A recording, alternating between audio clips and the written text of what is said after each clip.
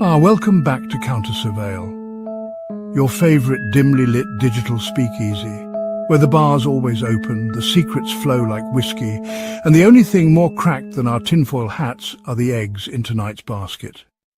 I'm your gravel-throated guide through the back alleys of InfoSec, and tonight, we've got a proper Easter treat for you. Returning to the booth is none other than YOLK'S, that beautifully unfiltered voice in the wind, and we're peeling back the foil on one particularly suspicious chocolate bunny. Beneath the shiny wrapper, a well-known and widely respected security certification body that's been laying some questionable eggs lately. No spoilers, yet, but let's just say, this ain't your average Sunday sermon. So grab your bonnet, toss back a shot of jelly bean gin, and well, prepare yourself. Because tonight, we're not just following the rabbit, we're grilling it. This rabbit hole's darker than a data center in a blackout, and we're diving in headfirst with no flashlight and a basket full of uncomfortable questions. Will we find redemption, or just more fluff-filled nonsense wrapped in hollow promises? Either way, happy bloody Easter. Let's open this egg, see what's rotting inside, and, scramble some sacred cows while we're at it. This is CounterSurveil. Hello and welcome to a special Saturday episode of the CounterSurveil podcast. I am here with my co-hosts Sledge and CrowdStrong and returning special guest YOLK'S. This week we're going to be covering a controversy that's been going on with one of the top training bodies out there that in terms of reputation so far has been pretty stellar. That would be TCM, the Cyber Mentor.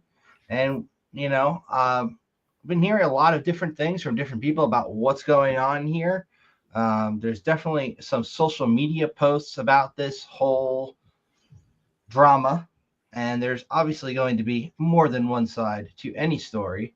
But while we wait for Futaba to get his mic and everything set up properly, I'm going to show you some of the stuff that I've come across that can kind of maybe shed some light on this for those of you who are uninitiated to this particular drama. So starting off, we have this here. Just to understand the situation, there will be no zero statements by TCM staff on the banning and cert removal of several people on the last day. It's the banning people school too. Statement on the situation would be better. We have this, somebody who was banned for talking about said drama. And then context there. Is there a reason why instead of commenting on concerns within your community, you're simply banning people? Are you able to state this ban was related to academic dishonesty? We've got this from Heath, the actual cyber mentor himself. Today brings a good lesson in doing research into what information is being presented to you, the facts around it, and the source of the information. We did not ban someone over a meme. In what world is that even plausible? Certification revocation is something we take extremely seriously. It's only done in rare and severe cases. In this situation, the students' actions were reviewed thoroughly by our ethics and legal team. The decision to revoke certification was unanimous based on documented behavior, not emotion. While we don't discuss individual students' matters publicly, we can confidently say that no ban is ever made on a whim. These situations involve careful deliberation and in most cases, multiple opportunities for the student to take corrective action before an action is taken. You're absolutely free to post memes and express your opinions on this. Then we have laughing. He blocked me on LinkedIn. Blasted Hey, Hammer. on Twitter too. Hammer. Is he there? Yes. Hey, let's stop for a minute and let Fatuba get all linked up. Yeah, that's what I've been waiting for. So, hey, CrowdStrong, how is the lighthouse? Excellent. We won't Are go you into delighted?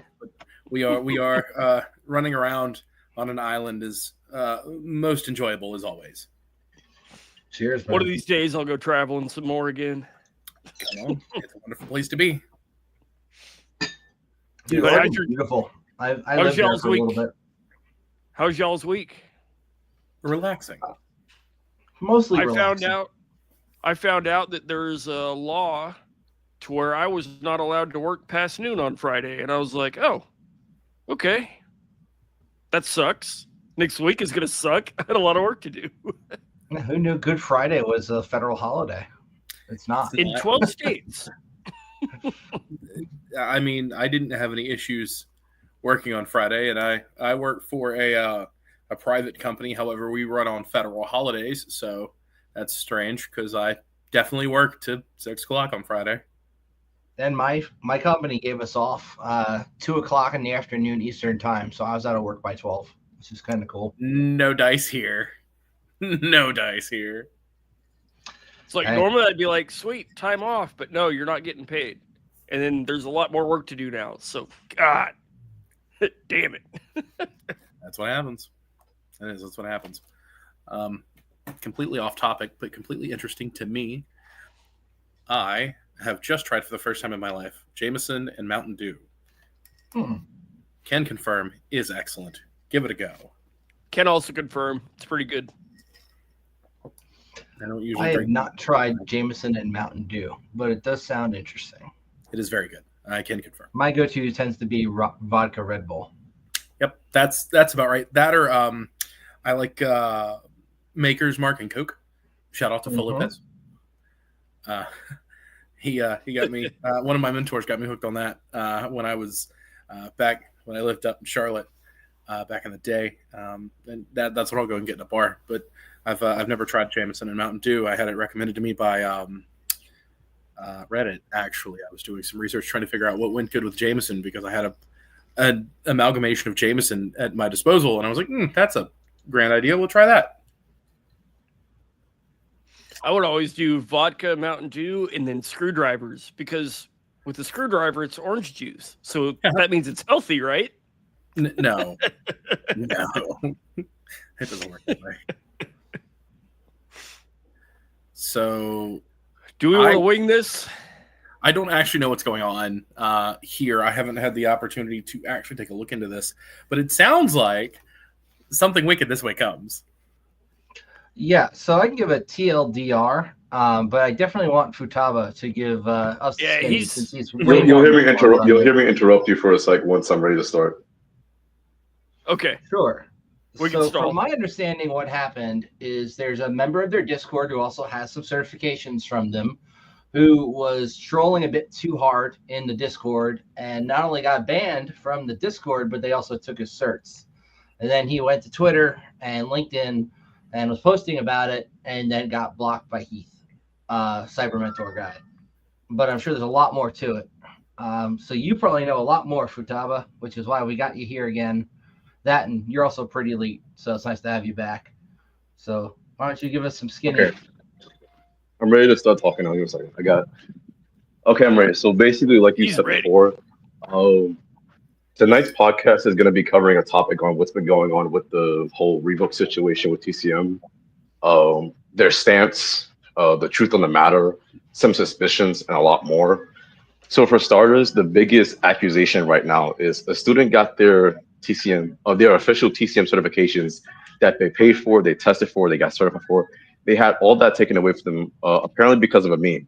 Like you said before, there was a whole Twitter post that went viral, like over 330-something K views, and it still spreads even when people like Malcor, right? And the accusation is that, again, TCM revoked someone's cert because he got really, salty because the person was memeing and talking shit about him in the server. Even if that were the case, it's not acceptable for anyone to take away a cert. Even OffSec does not do this. Now, if you actually take a look at the tweet, or anyone that takes a look at that viral tweet, you'll notice that like the person's Discord handle is like partially, not like censored all the way. So if you'll notice, like the guy's name is Xpanda, you'll notice part of his like actual profile picture, which I did a cross check on. It's an actual match, so it's actually him and stuff in the actual tweet photo, so it's not fake. The problem right now with the whole stance is that TCM is saying that they wouldn't do that, because you guys did a quick recap on that, right? They're saying that they didn't do this and that, and they're saying they did all this review and all that, but they have yet to disclose any form of evidence, not even something that's like censored or anything like that, right? And that's the whole problem with the situation is that Heath is denying that this ever happened. And what he does is something very sneaky and kind of dirty and really clever. Is he uses the truth to masquerade a lie, right? So what I mean by that is basically he was so against talking about the whole cheating situation, because he's accusing and saying one of his students basically cheated, right? So he avoids talking and going back and forth. And I even made a post in the matter where, like, I give respect to TCM. I respect what they've done for the community, but you guys got to stop talking. You can't keep avoiding this. Just show us something, even if it's censored or screen or whatever. Just show us something, right? There shouldn't be any hesitation to do that. And they keep talking about that the reason why they're not doing it is because of their policies and their privacy policies, right? But I read through all of TCM stuff even before I was like really comfortable with start talking about this, right? And there's not a single policy set in place for this. There isn't even there isn't any reason for them to not like discuss this. Even still, it sounds like the student, and I've talked to him, right? He's giving consent and he wants to talk, so he's completely fine with keeping them talk about the situation. What Heat does is apparently there are two students right now. He doesn't tell us that. He's talking about the situation as if there's just one student, but there are actually two students, right? There's a student that was called Najam Ui, or I don't know how to pronounce it. Forgive me, but he is actually a legitimate cheater, and so although he never, every time he talks about the situation, he never really verifies on what actually happened. When this student actually does come out and try to, defame TCM for what they did, right? He actually got caught because he actually comments under the post, and he actually starts showing like screenshots, Discord handles, and all information. Right now, that sounds good on paper, right, guys? Yeah, so far so good. That sounds good on paper. It sounds like he's. I was excited. I got a post ready. I was posting it in my Discord server. TCM was in the right. Of course, I knew that there was something going on, that there was some cheating going on, right? Now TCM was making themselves look good, right? Here's the catch. Funny enough, Heath actually reached out to me and said, "Hey, that's not the guy." And I took a screenshot of the actual message he sent me directly himself. Now that didn't add up, right? Because you're saying that this isn't the guy and that there's another guy, but you're also saying that you wasn't willing to disclose anything for privacy reasons. But then you go and this post did go viral. The student that was trying to lie and say he didn't cheat, but he actually cheated. But then he starts to go into the student's post and he starts revealing privacy-related information. So I'm like, wait, you weren't willing to disclose information. You didn't tell us that there were two students. You then denied and said stuff wasn't making any sense, and I just kept getting really suspicious. Eventually, I was able to get linked into contact with a guy named Xpanda who actually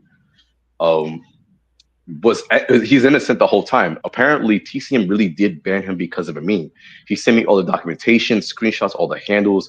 Heath acting like a man-child, getting upset because someone was memeing and trolling him in his own Discord server. He got so appalled. And he showed me like the time frame of when he found out his certs were revoked. And not only did Heath lie about not knowing about the meme, the screenshots that I have show that he knew about the meme. So he lied about that, right? And then on top of that, he was lying about banning the guy. But then the Panda shows me the screenshot that says he is the one that banned him. To top it off, right? Heath was also very clever about how he framed the student. So he basically used Najam as a means to masquerade and make it seem like he was calling out the original guy about the original guy that was memeing about him, but he wasn't. So it was like a clever way for him to defame another person and say they were cheating when they weren't. That guy Najam, he actually was in fact a cheater. He did cheat, which is why his certifications were taken away. Panda, however, did not cheat. I checked everything, confirmed everything. He did not cheat. He really did have his certs removed because of a meme. He really was banned because of a meme. And they kept lying. They kept trying to cover it up. They kept trying to gaslight him in the messages, which, again, it's going all a major article right after this. You'll see everything in detail, uncensored, unfiltered, everything. I have complete consent to post this information. I did all the checks. It's not by, there's no legal actions. In fact, the one that can take a legal action is actually Panda, and I stand by him on this, which is why I wanted to come onto this podcast and talk about it. The crazy part about it is Heat's way of handling the situation was they were laughing, talking crap. They even went as far as to, like you said, right? They were shooting themselves in the foot by not only refusing to speak right away, but on top of that, right? On top of just shooting themselves in the foot, they were. Hold on, let me get my thoughts together. Sorry about that. It's all good. So where are you planning on posting this article? Unless it's complete. This article is going to be posted on my LinkedIn. Okay. Yeah, it's going to be posted on my LinkedIn. Send us a But link. yeah, Would I'll send you a link when it's. link to it. All right. I don't have the link for the article yet. It's not ready. I'm still polishing, editing the drafts. I also have to make sure that all the evidence is collected and organized correctly. It's just really crazy that they would shoot themselves on the foot, and then on top of shooting themselves on the foot, right? Like you said, it was getting too suspicious. You had staff members, staff members like talking but not showing anything, even though they're in on the whole situation. You have them banning people for simply asking a question, a simple question, banned, timed out, blocking people.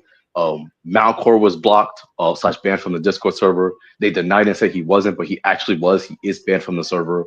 Then we have And that was based on the suspicion of cheating? The suspicion of TCM lying about what they were doing. Because again, people were calling out TCM because it's just not making any sense. They're not posting any evidence. I even wrote a follow-up post to explain what was going on. On top of that, he was just again, another guy got banned, and then I'm seeing we're in the Signal server, right? We're in the Signal group chat. There's more talk about banning people. They're just going around ruling with an iron fist, trying to ban anyone that like talks on the situation. And we can't go around having it because this is a terrible form of ethics when it comes to certification. The only time you ever revoke a certification, in this case, is if a student is cheating. Has he been caught cheating during the exam? Najam, however, the guy I was talking before that was guilty of cheating, it was actually confirmed he was asking for outside help during the exam. He reached out to a guy and didn't know that they were TCM staff. The guy does identify that he is TCM staff, and he tells him, "Hey, are you asking a question during the exam?" He's saying, "Oh, I don't know you." He's pretending as if he wasn't. He was pretending as if like the guy was reaching out to him, but and he takes advantage of that whole situation to distract us from what he just did. Very cleverly done. Very cleverly done. So have they banned you? What's up? Have they banned you? No, I'm not in their Discord server, and even if they did ban me, I no longer really want to be affiliate or support the brand. I actually have to go into like my past major stuff where I recommended them my articles, and I have to just swipe their name off, and that's it. I don't support what they're doing. Sure. So I feel like this is most likely a one-off, but there's no way this is systemic. I haven't heard anything about this from other people outside of this recent stuff. So if it were systemic, I imagine the community would be more vocal about it. This is the problem is that viral, though, right? You got to remember the problem that Heath is doing, and this is just something that like we're smart enough to not fall for that, right? We're smart enough to check. He's taking advantage of the current reputation of value that he's built with people, right? Like if you trust someone so much, if people they can say anything and not show you something, and you'll just believe them off the gate. That's like a clever form of social engineering. When you build trust with someone, right? My best friends, they can tell me anything, and I will trust their word and take their word. And it's bias, right? There's been situations where I've let the bias get the better of me, and I've just been like, you know what? You don't have to show me anything. It's fine. And that's what Heath is doing. That's what he's cleverly doing. He did it on a very successful level. A lot of people aren't, and again, he's not showing any information. He's blocking and getting rid of the people that are trying to talk. How can the people really become aware if he's just banning and blocking everyone? That's why we need this podcast. That's why we need people sharing the article, making it go viral. And also, the guy Panda, when I was talking to him, he sounded really distressed, like he was like scared to talk. I'm like, no, bro, you got to speak up. We got to get this shit out. We got to start making people aware of what TCM is doing. The only way you can really stop what they're doing and raise more awareness is you have to speak. You cannot be afraid to speak. He has all the evidence. He has all the power. He has all the tools.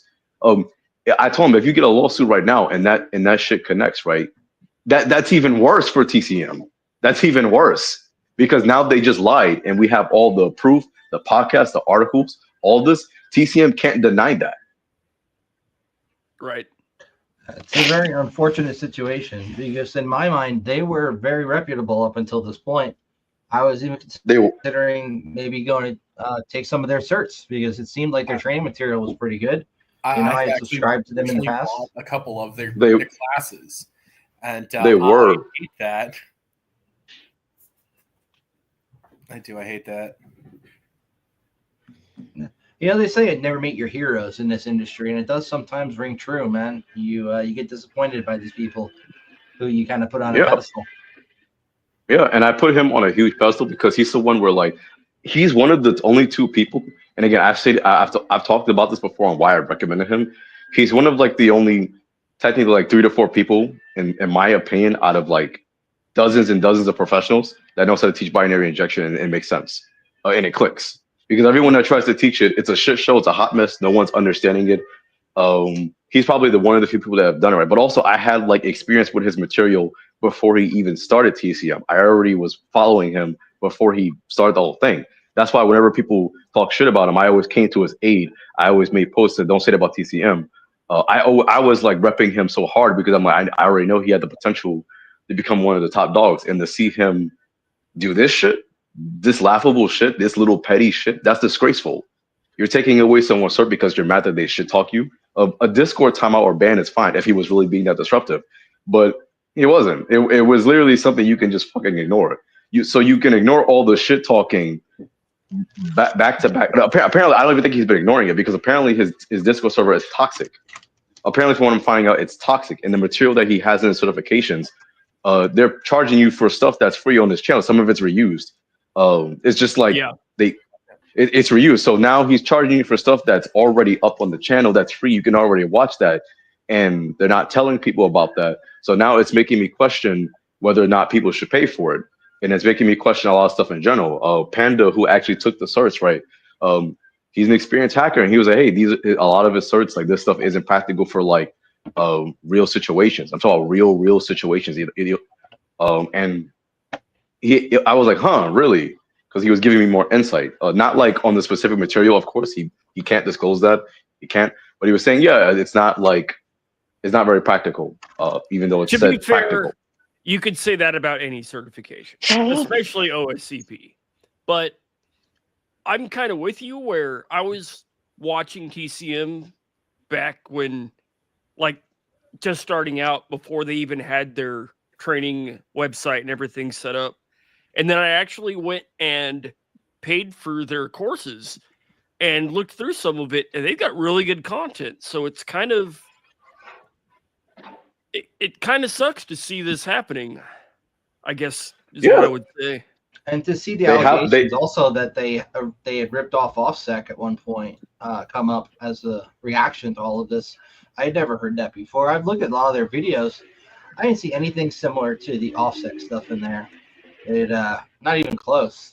It's I mean, very similar in terms of the actual quality of the content, arguably, because I have both versions of the OSCP materials that I paid for, and that stuff's great. And his stuff's, I'd say, comparable. If you want to learn how to hack, I mean, stuff I've seen him put up has been pretty fucking good. And you mentioned alone, like binary injection, being very good at teaching that. You know, it's a shame that this is happening. I think when you get this kind of power, it's arguably like everybody kind of looks up to you. You got to maintain the status quo. You can't be getting all pissed at somebody and acting out this kind of way because they kind of just hurt your brand, you know? Yeah, be humble and take it on the chin. Mm-hmm.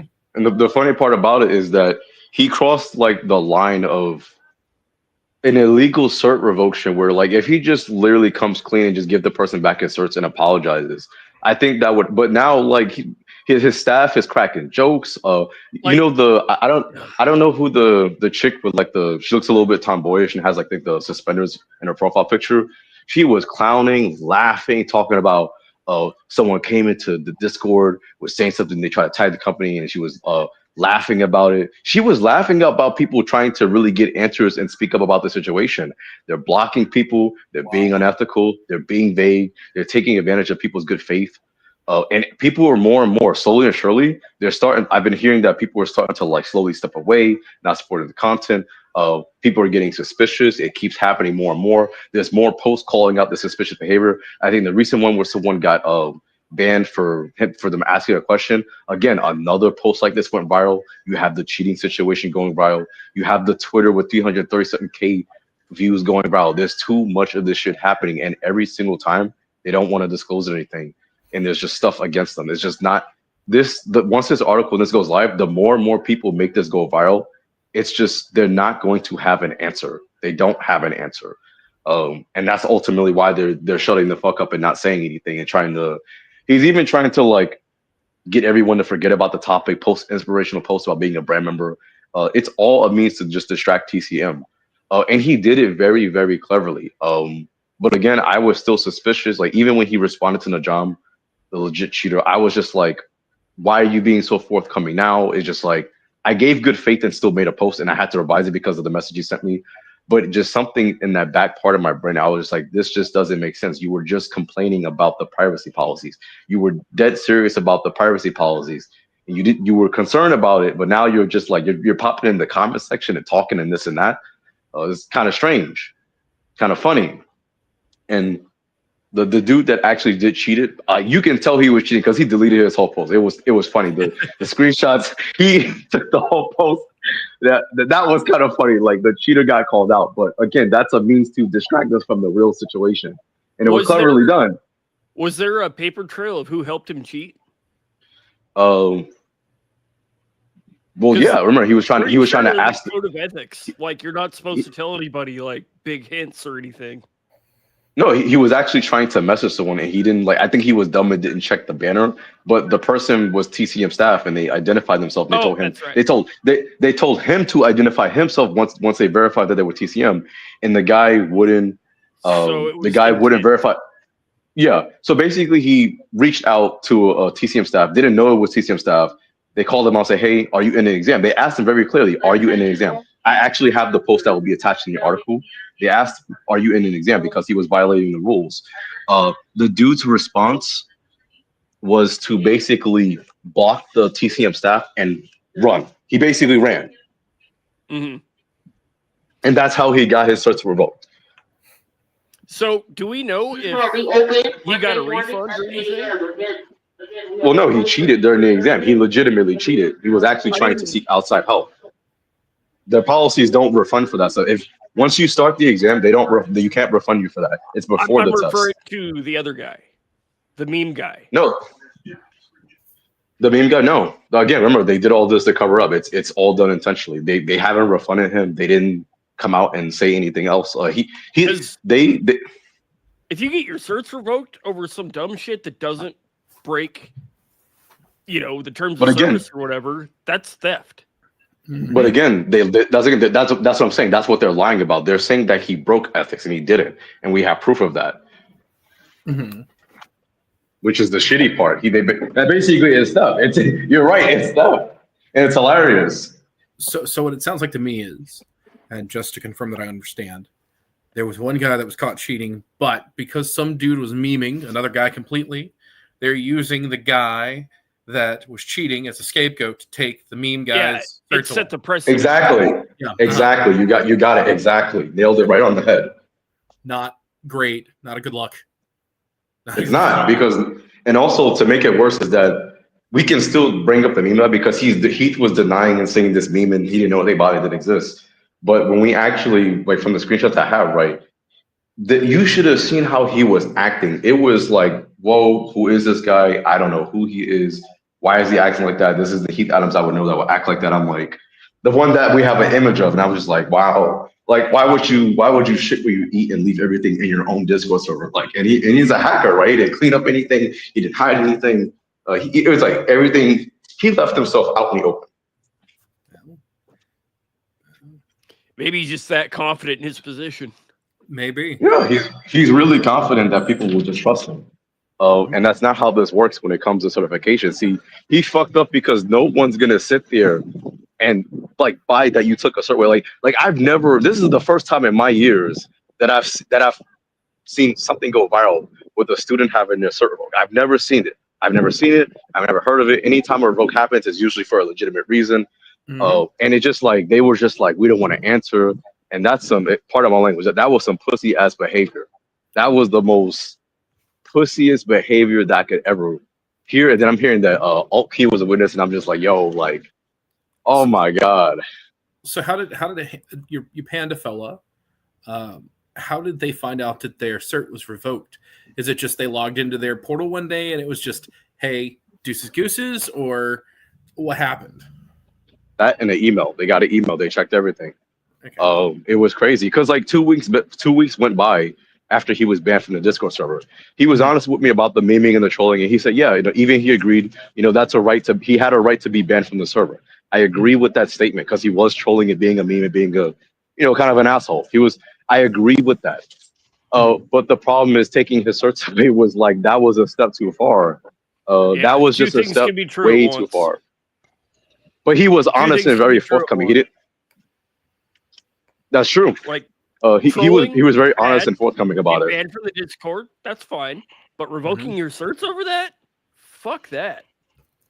Yeah, even Offsec doesn't do that. And remember, there's a guy that went viral for lying and saying that Offsec bullied him, and then like it was I posted about it before where it was found out that Offsec didn't bully him. He just went in the server, didn't check all the rules, was expecting that they were IT support, and he lied about them banning him, but they never banned him, and it was like tons of screenshots and evidence. And I called him out on it along with a couple of people. Yep. That sets a really bad precedent for TCM as a company. Yeah, and they're a small company. Remember, they just got off. They just started. They're still like what, 5 years? That's baby years. And for their reputation, it's still baby steps, right? Now they basically just went and stomped on that little fucking 5 years, and it was like, oh, okay. And people were already talking shit about them. They were already talking shit about them. They were already getting a hard time, right? This isn't what you want to have happen to you. I'm just concerned that, like, yes, we are a certificate body, and we can revoke it at any time after you paid for it and completed all the work and put all that time, effort, money, energy into it. Oh, gone. That's the thing is it's stupid. And the thing is they can't, because I checked all their policies. They have it very clearly stated that they can only revoke it if you cheated during the exam and was seeking outside help. That can lead to a cert being revoked. I think banning you from courses or anything else, that's if you're like disclosing their material for like their courses or I'm not sure, but I think I have to check it again. But I'm not sure, but I think they can also revoke your cert if you're like giving out the exam material. But I don't think that's one of the factors. But the biggest factor to being banned from taking their courses is if you're just disclosing their material and they catch you. Yeah, that's what OffSec's like. That's why they put the watermark with your name on it, or at least they used to. Yeah. So that makes sense, but he was just banned. He didn't violate any of the policies, and they lied about him violating shit. I'm just like, the more I checked it, because when he reached out to me, right, a serious talk really did happen in my Discord server, because one of the guys that introduced me to Panda was like, how should I trust you? And the guy was, you'll know because Futaba will turn on you right away. Just tell the truth and you have no problems. And I was straight up telling him, as long as you are telling me the truth, you will have nothing to worry about. Like, but this is like where I'm telling him to step up and be honest. So he's in my Discord server. You got all the people that can see him. What he's saying. You got him messaging me right. So he's putting himself out there. Like, if you want me to trust you, now's the time, because I only switch up or go rogue on someone when they're doing something. And my server was pretty clear. He will turn on you if you lie. So don't fucking lie. And I told him to his face, I will do that. Yeah. And I wasn't joking about it. I'm not going to be on your side if you lie. Don't fuck with me. Yeah, that's fair. I don't care who you are, if we're best friends or we're close. I will switch up on you if you do some shit you shouldn't be doing. That's it. I'm able to separate my emotional connection or relation with someone in order to do the right thing. Can't social engineer a social engineer. And basically, it was me telling him, you either tell the truth, and he was just like, okay, I trust you. I can tell you're being honest with me. And I comforted him throughout the whole situation. So it was okay. I was trying to talk him into seeking legal action. He took a minute to chill, process his feelings. And I was really helping him get through the situation, because it's just very unjust. Regardless, those certs are still really important. He needs to get them back. Man, there probably is a legal case to be had there. Oh no, there is a legal case to be had. That's why I'm like, the question, I'm hoping he goes through it. The question I have is if TCM loses that trust, what happens to everybody else who has the certifications? Then what? If they lose Oh, their In theory, court case, in theory, I guess the clout and reputation could be damaged. sure, but say you go through this court case and something happens, and we're reaching here, not completely understanding the legal precedent myself at this moment in time. But say they go through this court case, and because of all of this, they end up losing their certification power. What happens to all the other people who got theirs? Do they lose their certifications too? Is that just sorry, dudes? Here's the thing, I've said this before. This might sound strange, right? But I don't think whether you have it like officially on like it's. Let me see if I can word this better. Regardless of whether or not that cert is eligible, you still passed it. You still proved your skill sets when that cert was active. You still demonstrated your knowledge to pass it. That's like if you got a CompTIA cert and it suddenly expired and you chose not to renew it. It doesn't mean you never passed it, and it doesn't mean you never had the skills to pass it. You still have the proof of where you passed it, verification, everything.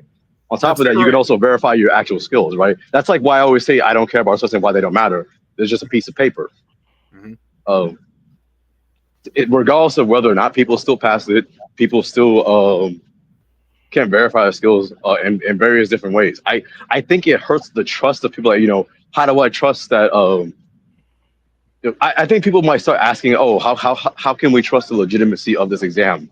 I think that will become a big factor. That will actually hurt the people that have the cert, because now they're like, well, if this tests are like this, how do I know this was like really a test of skill? But then again, we have tons of certifications that are multiple choice where it doesn't. We already have that mindset with certifications in general. There's a reason why we're slowly moving towards skill set. Like cybersecurity is slowly but surely going to move towards like, do you have the skills or not? Because people are starting to realize that people with certifications aren't able to do the thing. That's already something that's been in question. Yeah. There's another way to look at this.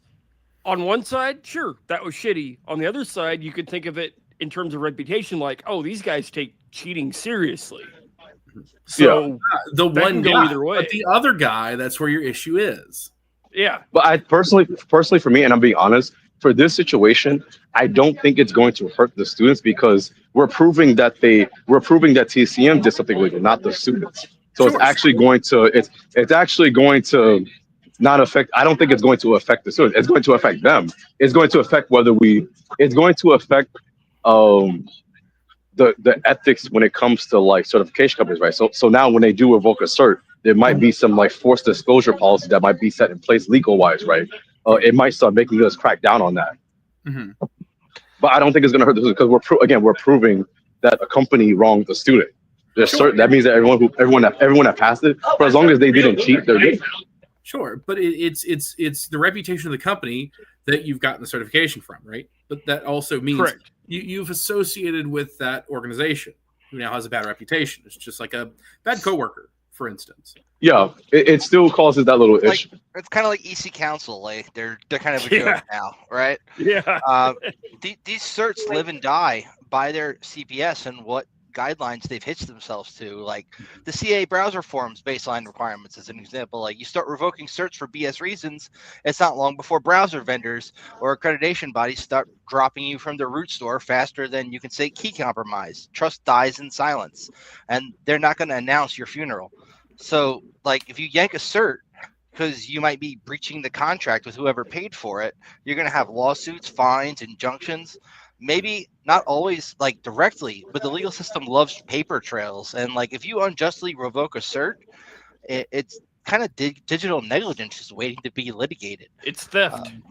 Yeah. It's like I took your money to you're going to go through my study materials and prove that you know this shit, and then take a test to prove that you can do it.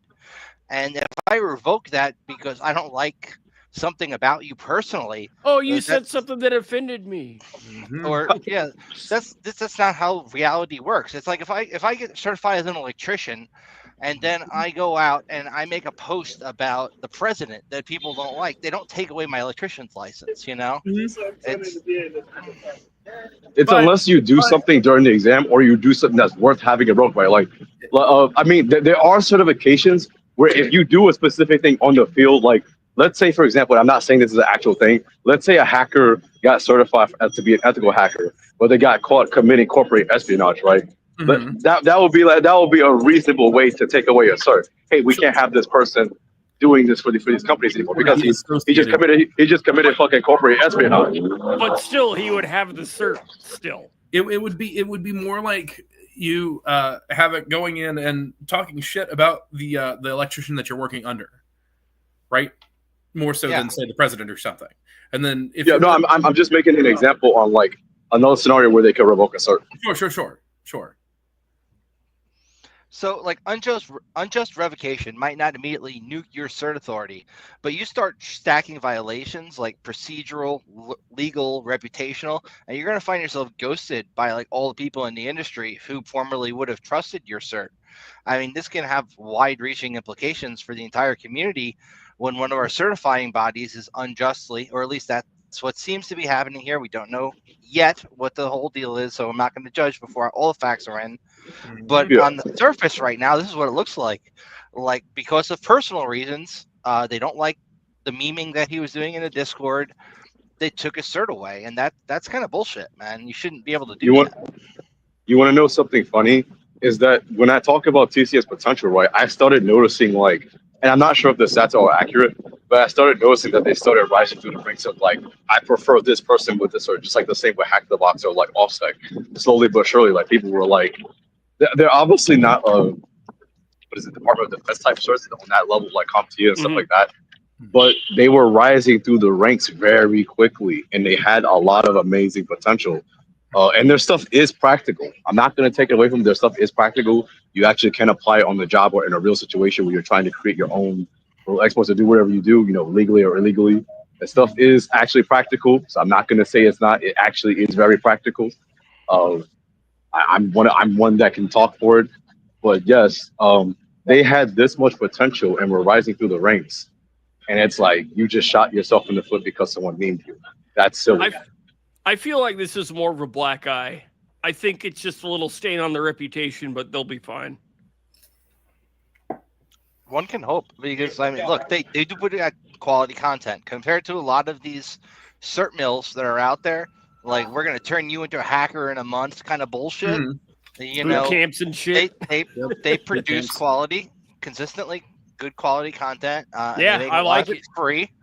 Now, if they're also taking their stuff they've previously put out free and then reselling it as a paid course, that I have issue with. If you're going to put out content for free, you keep it as content for free. You don't then say, I'm going to go gatekeep this stuff that I previously put out and charge you for it. When you pay for it, you expect to see something you haven't seen for free on YouTube. Exactly. There should, at the very minimum, be labs associated with it that you can only access on the paid side. Or like, look, I have issues with like Vivek over at SecurityTube. The way that dude started doing shit, like he would go out and take other people's videos and dub over them. Now, eventually he made his own good content, switched it from just SecurityTube to his whatever the hell his product's called now, where he's got certifications built around it. I went through his labs. They had some quality shit in there. He actually does it all in the browser, where you're using like Guacamole to connect to like a little instance that's virtualized right there. Cool shit, technologically.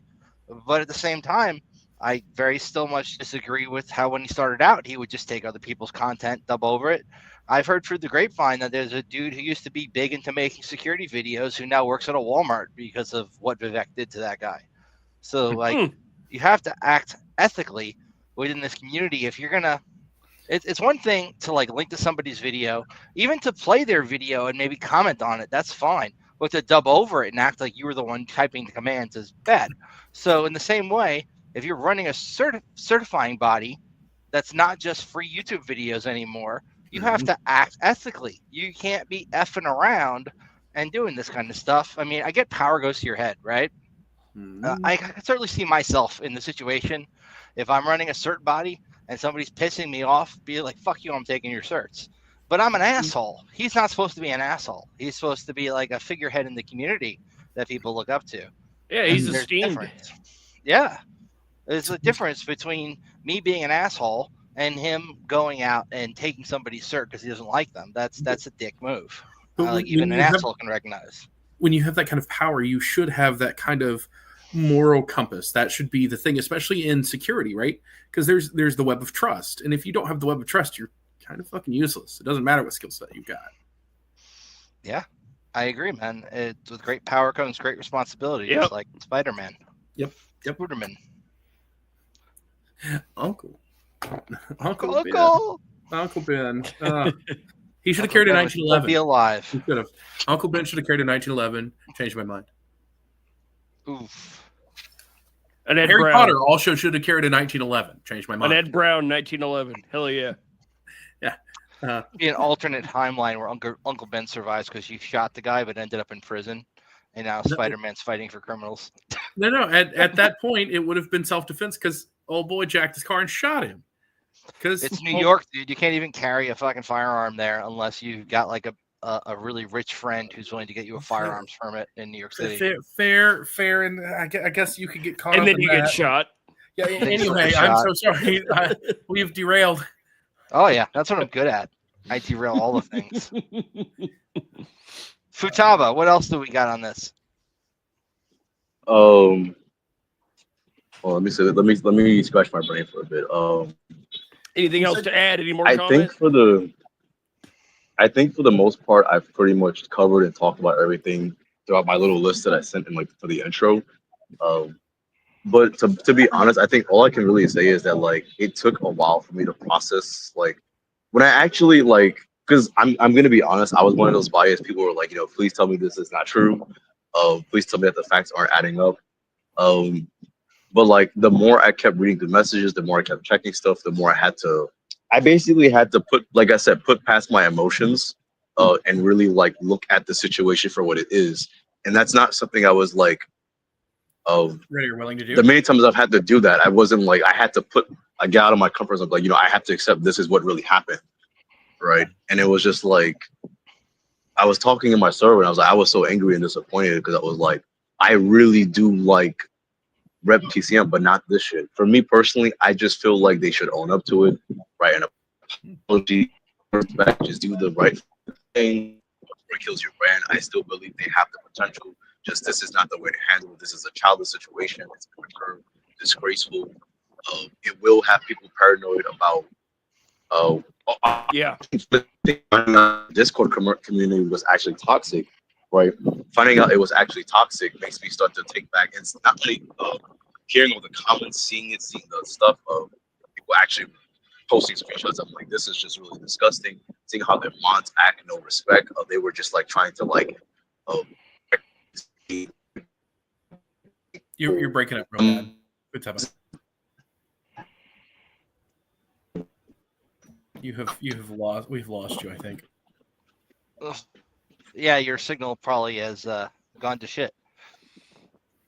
Yeah, I don't think probably is the word here. I think we have definitively he's having some problems. Oh my god. It's funny. My freaking connection dropped right as I was talking about this. Now I have to put a tinfoil hat on. I was gonna say not today, NSA. So I was gonna say though, his point about paranoia, yeah, that's real. If you're just gonna willy-nilly revoke a cert, Nobody's it gonna seems like taking a risk to pay for it. Yep. Nobody's gonna buy your stuff anymore. Because you trust, again, it goes back to that web of trust. You've built that trust over those 5 years that you've been doing the thing, and that cert is good and certified and all that jazz. And if it can just be taken away because in this instance Heath Adams is angry about somebody doing something, saying some bullshit, nobody's going to want to do that anymore, and it's going to be a bad time. It almost seems Hey, like can you guys hear me now? the well Yes, was sir. poisoned. The guy that actually cheated poisoned the well, set a precedent, which got that other guy's cert revoked. I'm not sure that they had anything to do with each other, honestly. I think it may be a what's the word? It does for the way that it does for the way distraction, right? Does that make Kind of sense? distraction, but you're cutting out still pretty heavy. Yep. Mm-hmm.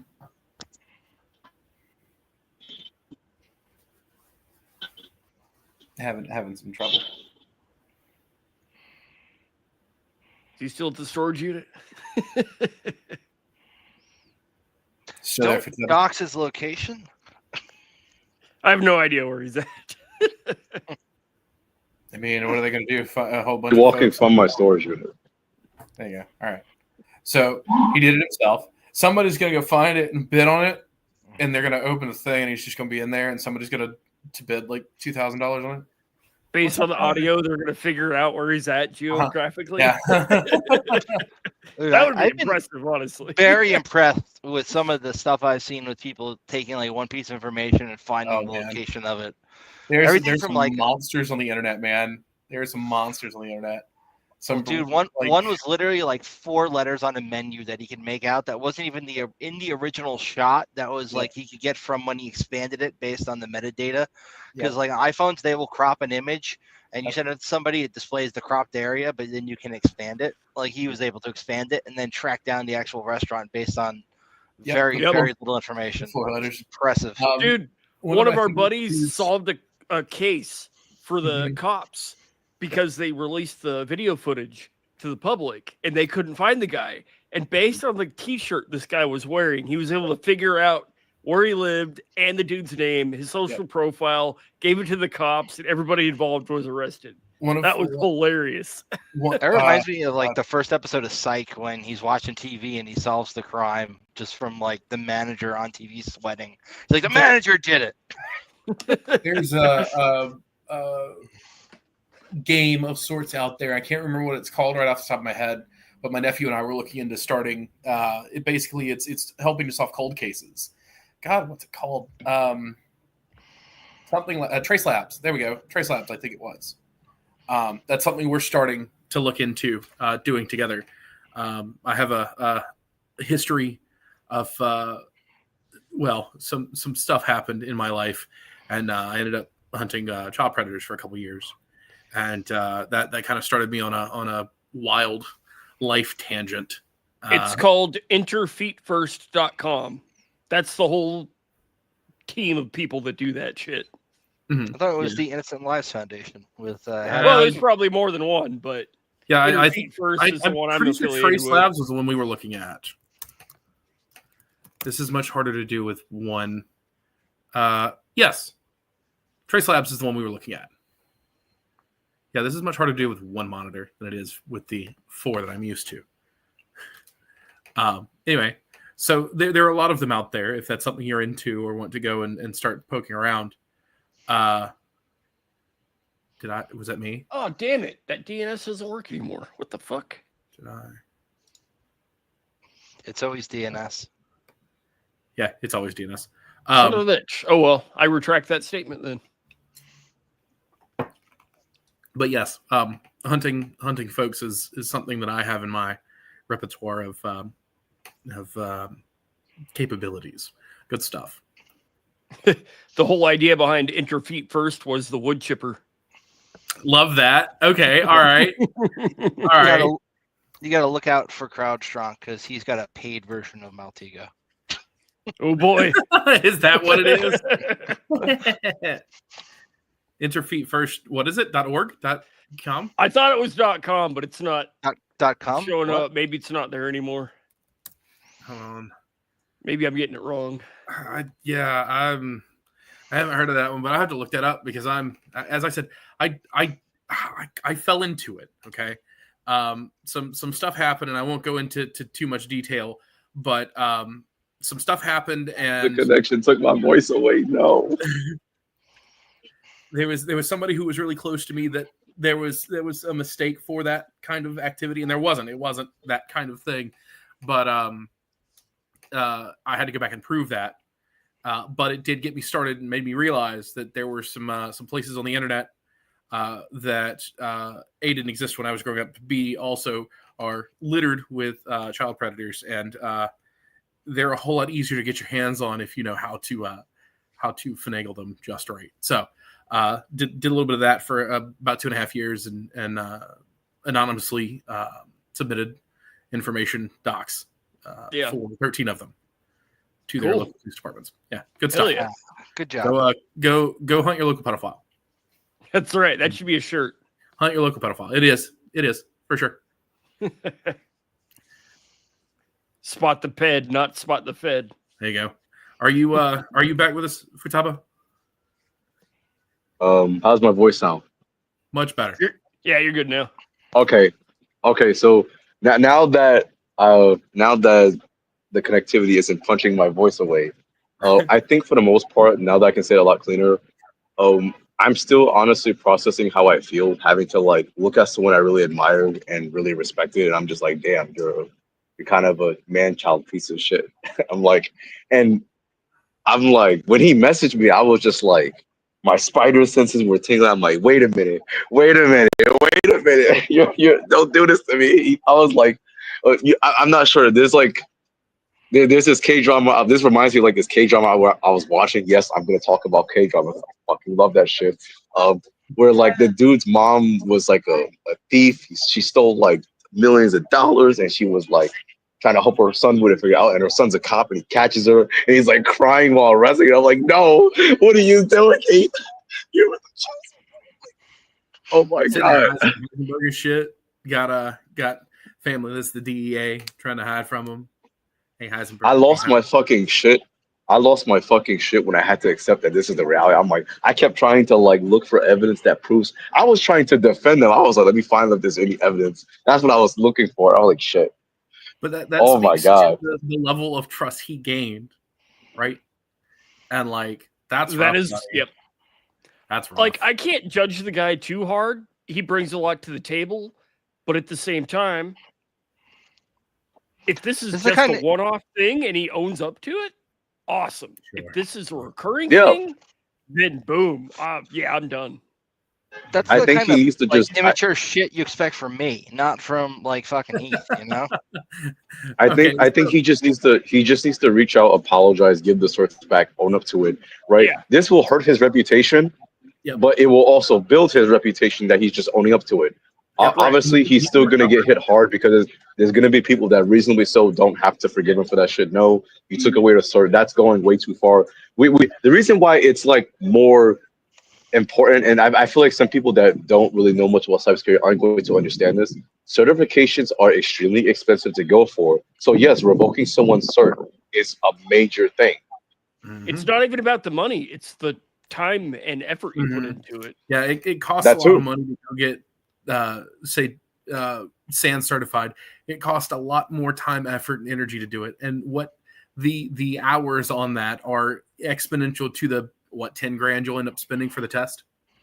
Years, because it's actually years of time, because remember, you're learning you're learning and growing just so you can be ready to like take these exams and nail it. You're going from zero to hero just to take the exam. And some of these certs, even if it's like an entry level cert like the OSCP, right? You still have to learn a lot of shit and still sit there and be in study mode. It took me 2 years to learn shit before I could start applying shit. That's disrespectful. Yep. It's kind of a slap in the face. Like, fuck. We've also learned not to give Havoc keys to the kingdom to certify people. Oh, you definitely don't. Don't trust me. So don't worry about him. I betted him.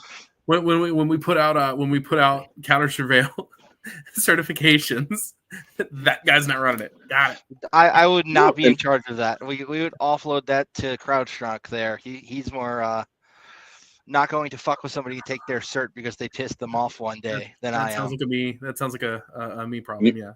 That's what's also sad about this is that what's also sad about this is that TCM has tons of actual positive reviews, and now because of this whole situation, people might start actually having this paranoia, saying, "Can we trust those reviews? Are they fake? Is he paying them?" Like, you get what I'm saying, right? The whole paranoia. It will actually hurt them for that. There's so much involved, especially again. Like, I can't stress enough the web of trust. Once you break that web, once you fall from that web, there's so much damage that can be done. And it only takes one, dude. Another point, though, would be like, are we making a mountain out of a molehill? Like, are we exacerbating this molehill, turning it into a word? Exacerbating? Yes, it is. He put a T in it. Oh, okay. To be honest, I don't think we are. It's not. It's just like, this is a core level of ethics, and it's really. I have to catch my word. Okay, basically, I don't think we are. It's not. If this were like any like silly cert that doesn't have any value, That's like a $2 cert. I'm What like, about Google's basic certification, the one that they'll give you for free or whatever. but this is like an actual cert that people are paying for. It's a product. It's well known. This one is very well accredited these days. Just imagine what happened if Offsec did this. They already get shit, right? And they're mature about it. Just imagine what happened if they did this shit. Nobody would let this slide. But if it's just Heath, I mean, I get it. Every now and then you can get up in your feels, make some mistakes, but yeah, he should own up to it. The sad part about it is that his own staff is going around, like I said, laughing, giggling, making posts. They're supporting it. Even the Discord server, they're like they're not even showing any shame. They don't show any shame. They don't show any remorse. The evidence is out there. The posts are out there. They're not even hiding that shit. Yeah, that's unfortunate. That hurts them even more because now they're basically saying they're basically flat out saying to our faces, we don't give a shit. They've even admitted that they've even admitted and talk about their reputation being the reason why they're not going to take like really any damage. I'm like, you're admitting this shit. You're admitting you don't care. You're admitting you're abusing your reputation to everyone. You're admitting it. So it's our faces. And then we have the screenshots of everything you're doing. You're admitting that you're bullshitting everyone. And it's like, they're calling it's like, remember this talk that we had before about how hackers just get caught in the stupidest ways? This isn't like that specific situation, but like they basically just shot where they eat and they didn't even try to hide anything. Some places will try to hide it. They didn't even try to hide a single message, a single post, nothing. It's stupid. Well, it seems that's just the situation and what's happened. Look, I don't have screenshots. I'm looking forward to when your article comes out and I can dive into that a bit more. But on face value, I basically, sounds good. I basically have the article typed out. I'm just polishing it, checking for typos, and making sure the timeline is exactly correct with everything in order. Basically, I'm just organizing everything right now. But it should be up by either later tonight. That's actually why I'm still out and about outside. I'm still traveling around. I had to go to my store to pick up some stuff. I'm going to go and chill at the McDonald's and just like finish typing aggressively so I'm not distracted. And then I'm just going to post it, make sure it's live. And then I'm going to comment it under the YouTube channel for the Discord for the podcast when it launches. But yeah, that's all going to go live. Sadly, all these screenshots are going to have to go live. I really didn't want to have to do this. But like, yeah, this should just, no. Because I have to, because otherwise people are going to say, Futaba's bullshitting, he's just talking shit. Like, no, I'm actually not. I actually have a ton of this shit. I had to get Panda's consent. That's like another reason why I was talking to Panda. I wanted to make sure I had his consent, that it was comfortable. But before I even wanted to talk about it on the podcast, right? My goal was to convince Panda to be comfortable with us talking about it, so I can ask if we could talk about it on the podcast and then go for it. He gave me the green light. We checked everything. Boom. He's completely comfortable with it. So now I don't have to hold back throwing my punches. The thing that you have to remember about this too, Futaba, is that you're putting your credibility on the line too, because you're going after a large name based on some bullshit that they've done. That there's evidence, like you got evidence based on what happened. So like it is your name too behind what you're doing, which I appreciate. Yeah. The good thing about it is that I'm not giant. Well, no, I'm literally still in the womb. So I'm like, sure. But there's people talking about it, but yeah. It goes back to that web of trust. You build that from somewhere. Yeah. But the good thing about it, right, is that if something is wrong, I always make an issue or I announce there's going to be a retraction. I own up to it and I take accountability. That's something that a lot of my followers notice. I do actually do that. I don't hide from shit. I don't sit there and ignore and avoid the situation. I come out every single time. Every single time. I think there was a time, for example, right, where I think my Mr. Robot article where I was talking about how the bypass tour, like talking about like how Elliot bypassed tour and stuff like that. Someone commented, "Oh, it's not a core major vulnerability," and I said, "Oh, but it's a bypass," and we were having a good conversation, handled the situation maturely, and it was like, it was all chill, right? I'm not sitting there hiding when people make a negative comment. I'm not lashing out, acting like a child. I'm encouraging people to engage. Let's see our thought process. I think the entire time I'm talking about this thing, right? I have made it aware that I don't know all the facts. I'm giving my viewpoints, my opinions. This is information that I'm currently getting at hand. I actually do tell people if I make retractions. I'm basically telling people I'm talking about it. I'm posting information. If there's something wrong with it, I'm going to correct it. I'm going to tell you I'm going to correct it. That way we have that trust. That accountability and openness is always there. That transparency. That's the important part, is telling people you made a retraction or an edit instead of transparency. Retroactively going back, editing it, and saying, "Oh no, I never said that. Look at it now." That transparency is paramount. That's what. That's how you build that web of trust. Basically, the way I build trust. We have a comment here from Elwood saying that I heard from others that the guy admitted on X to uploading fake certs to an accreditation site. Is this the same? Are we talking about the Panda guy? So here's the thing. Regarding that situation, I'm not sure if that's the case. Basically, Actually, when he got his source talking about. I think he's talking about Panda. So here's the thing. When Panda had his source revoked, I think he made like a post memeing, say, talking about his TSC. So I think he posted something that showed the cert, but he wasn't like saying he was still surviving. He was just posting the cert regardless, because he still had it. But he wasn't like trying to splice and make a fake cert and post it. And that's something that's in the chat and discussion with me and him. That's actually something I should add in the article. But yeah, that is something that is being tossed around. And again, people are not showing screenshots; they're just talking about it. I'm actually going to show that stuff. But yeah, in terms of like the stuff with my brand, I like to have that level of transparency with people. If something is going to be in progress like this, where like I'm updating you on it, I'm going to change things. I'm going to tell you, even when people are talking in my server, I make it transparent with them. If you leave a review, you do this. I'm as transparent with people as possible, because transparency is another way to build trust. Because if you're transparent with people, even if you make a mistake, it shows that you're willing to step up and take accountability, even if you made a mistake. You're always being open and honest. You're always communicating. You're always retracting or making a correction when you do. Me putting my name on the line, that's like why I'm not really fearful, because people always know that I'm always going to be honest about the situation, and I'll always like do the right thing. So that's like why people are like, that's like why I'm not so very fearful about talking about it. If that makes sense. I know it's a bit rambling, but yeah. Yeah, we'll see what comes out of all of this. Yeah, we'll see. I don't know. There's a lot to come out of it. I don't even want to make a prediction. Like, man, I am interested to see where it goes as well. Yeah, I'm also linking past articles where I'm updating and talking, so people can see like the timeline of like me talking about these topics, giving my basically everything I've been talking about on the podcast so far. It really is shady and shitty. I think when you guys talk about shady at best, yeah, somewhat criminal at worst. When you guys are talking about prediction, are you talking about my article, or are you talking about like the TCM situation in general? How the situation plays out.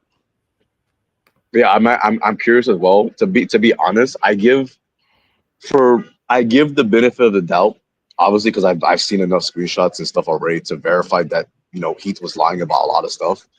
But in the back of my mind, I'm always gonna have that mindset. I'm just hoping there's not like some little right hook punch ready to clock me in the face and say, "Oh, this is the real truth." I'm like, damn, like no, I'm like, I'll own up to it and post a retraction if that's the case. But I'm like, damn, like they had us. I hope I'm wrong. But fuck the evidence. Yep. It's in my face. It's in my face. No. But can the evidence be doctored? And that's the reason. That's true. So, but that's why we have YOLK'S saying she's a witness. That's exactly why I was excited. She's a witness. She was gonna roll up, but she's drunk in at the moment. So that's why I need her to be that other punch that like I'm the right hook, she's the left hook. I need her to. That's when you said she was a witness, I was like, yeah, damn, she was a witness. She was in there. She could verify this any further line. I'm like, damn, let's go, let's do this. I'm like, but she didn't show up. I'm like, where is she? We need you now. Why? No, I was like ready to drop parties. Like, why? I was like, where's YOLK'S? Why am I not hearing her voice? What's happening? I'm having a panic attack. She's drunk at an anime convention. She sends her regards. Stab. But nonetheless, when she actually steps up and talks, right? I'm going to have that as the final piece for my article to go back and edit and put at the bottom. And I'll obviously tell people when I make that edit, that will be the final kicker to seal the deal. That's all I'm waiting for.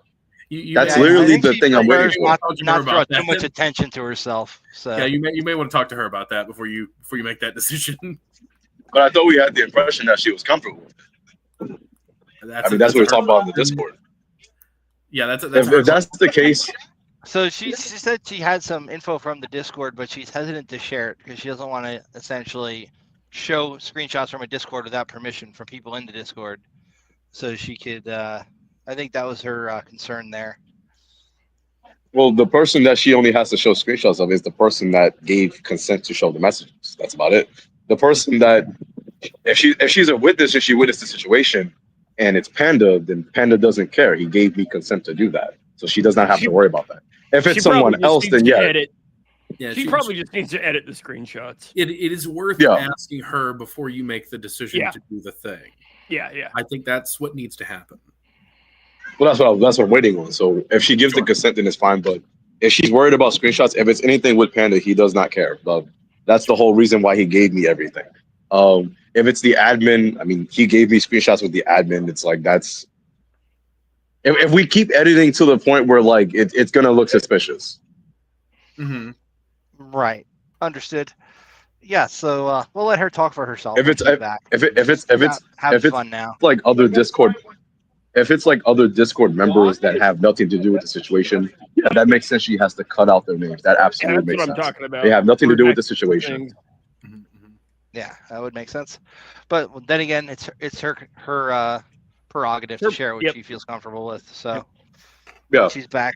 Y'all talk that out. You guys are in the same signal chats. You guys can reach out to each other.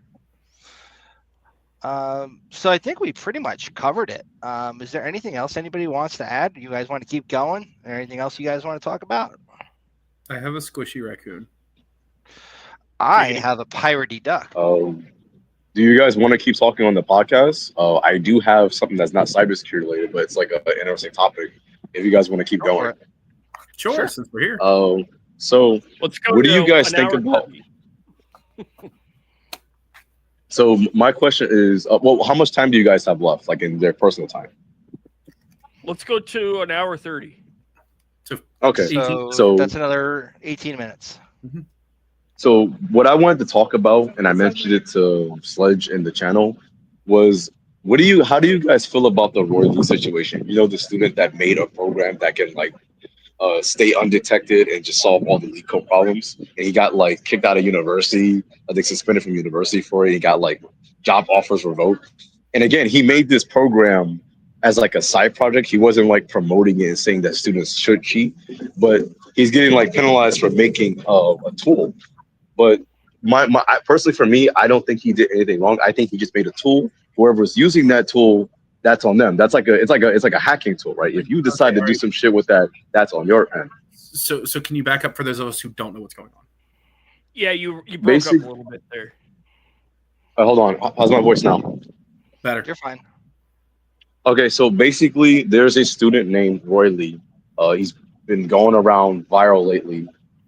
He basically made a program that can go undetected, that can solve all leak coding challenges during an interview, right? That's what it can do. That's what it's able to do.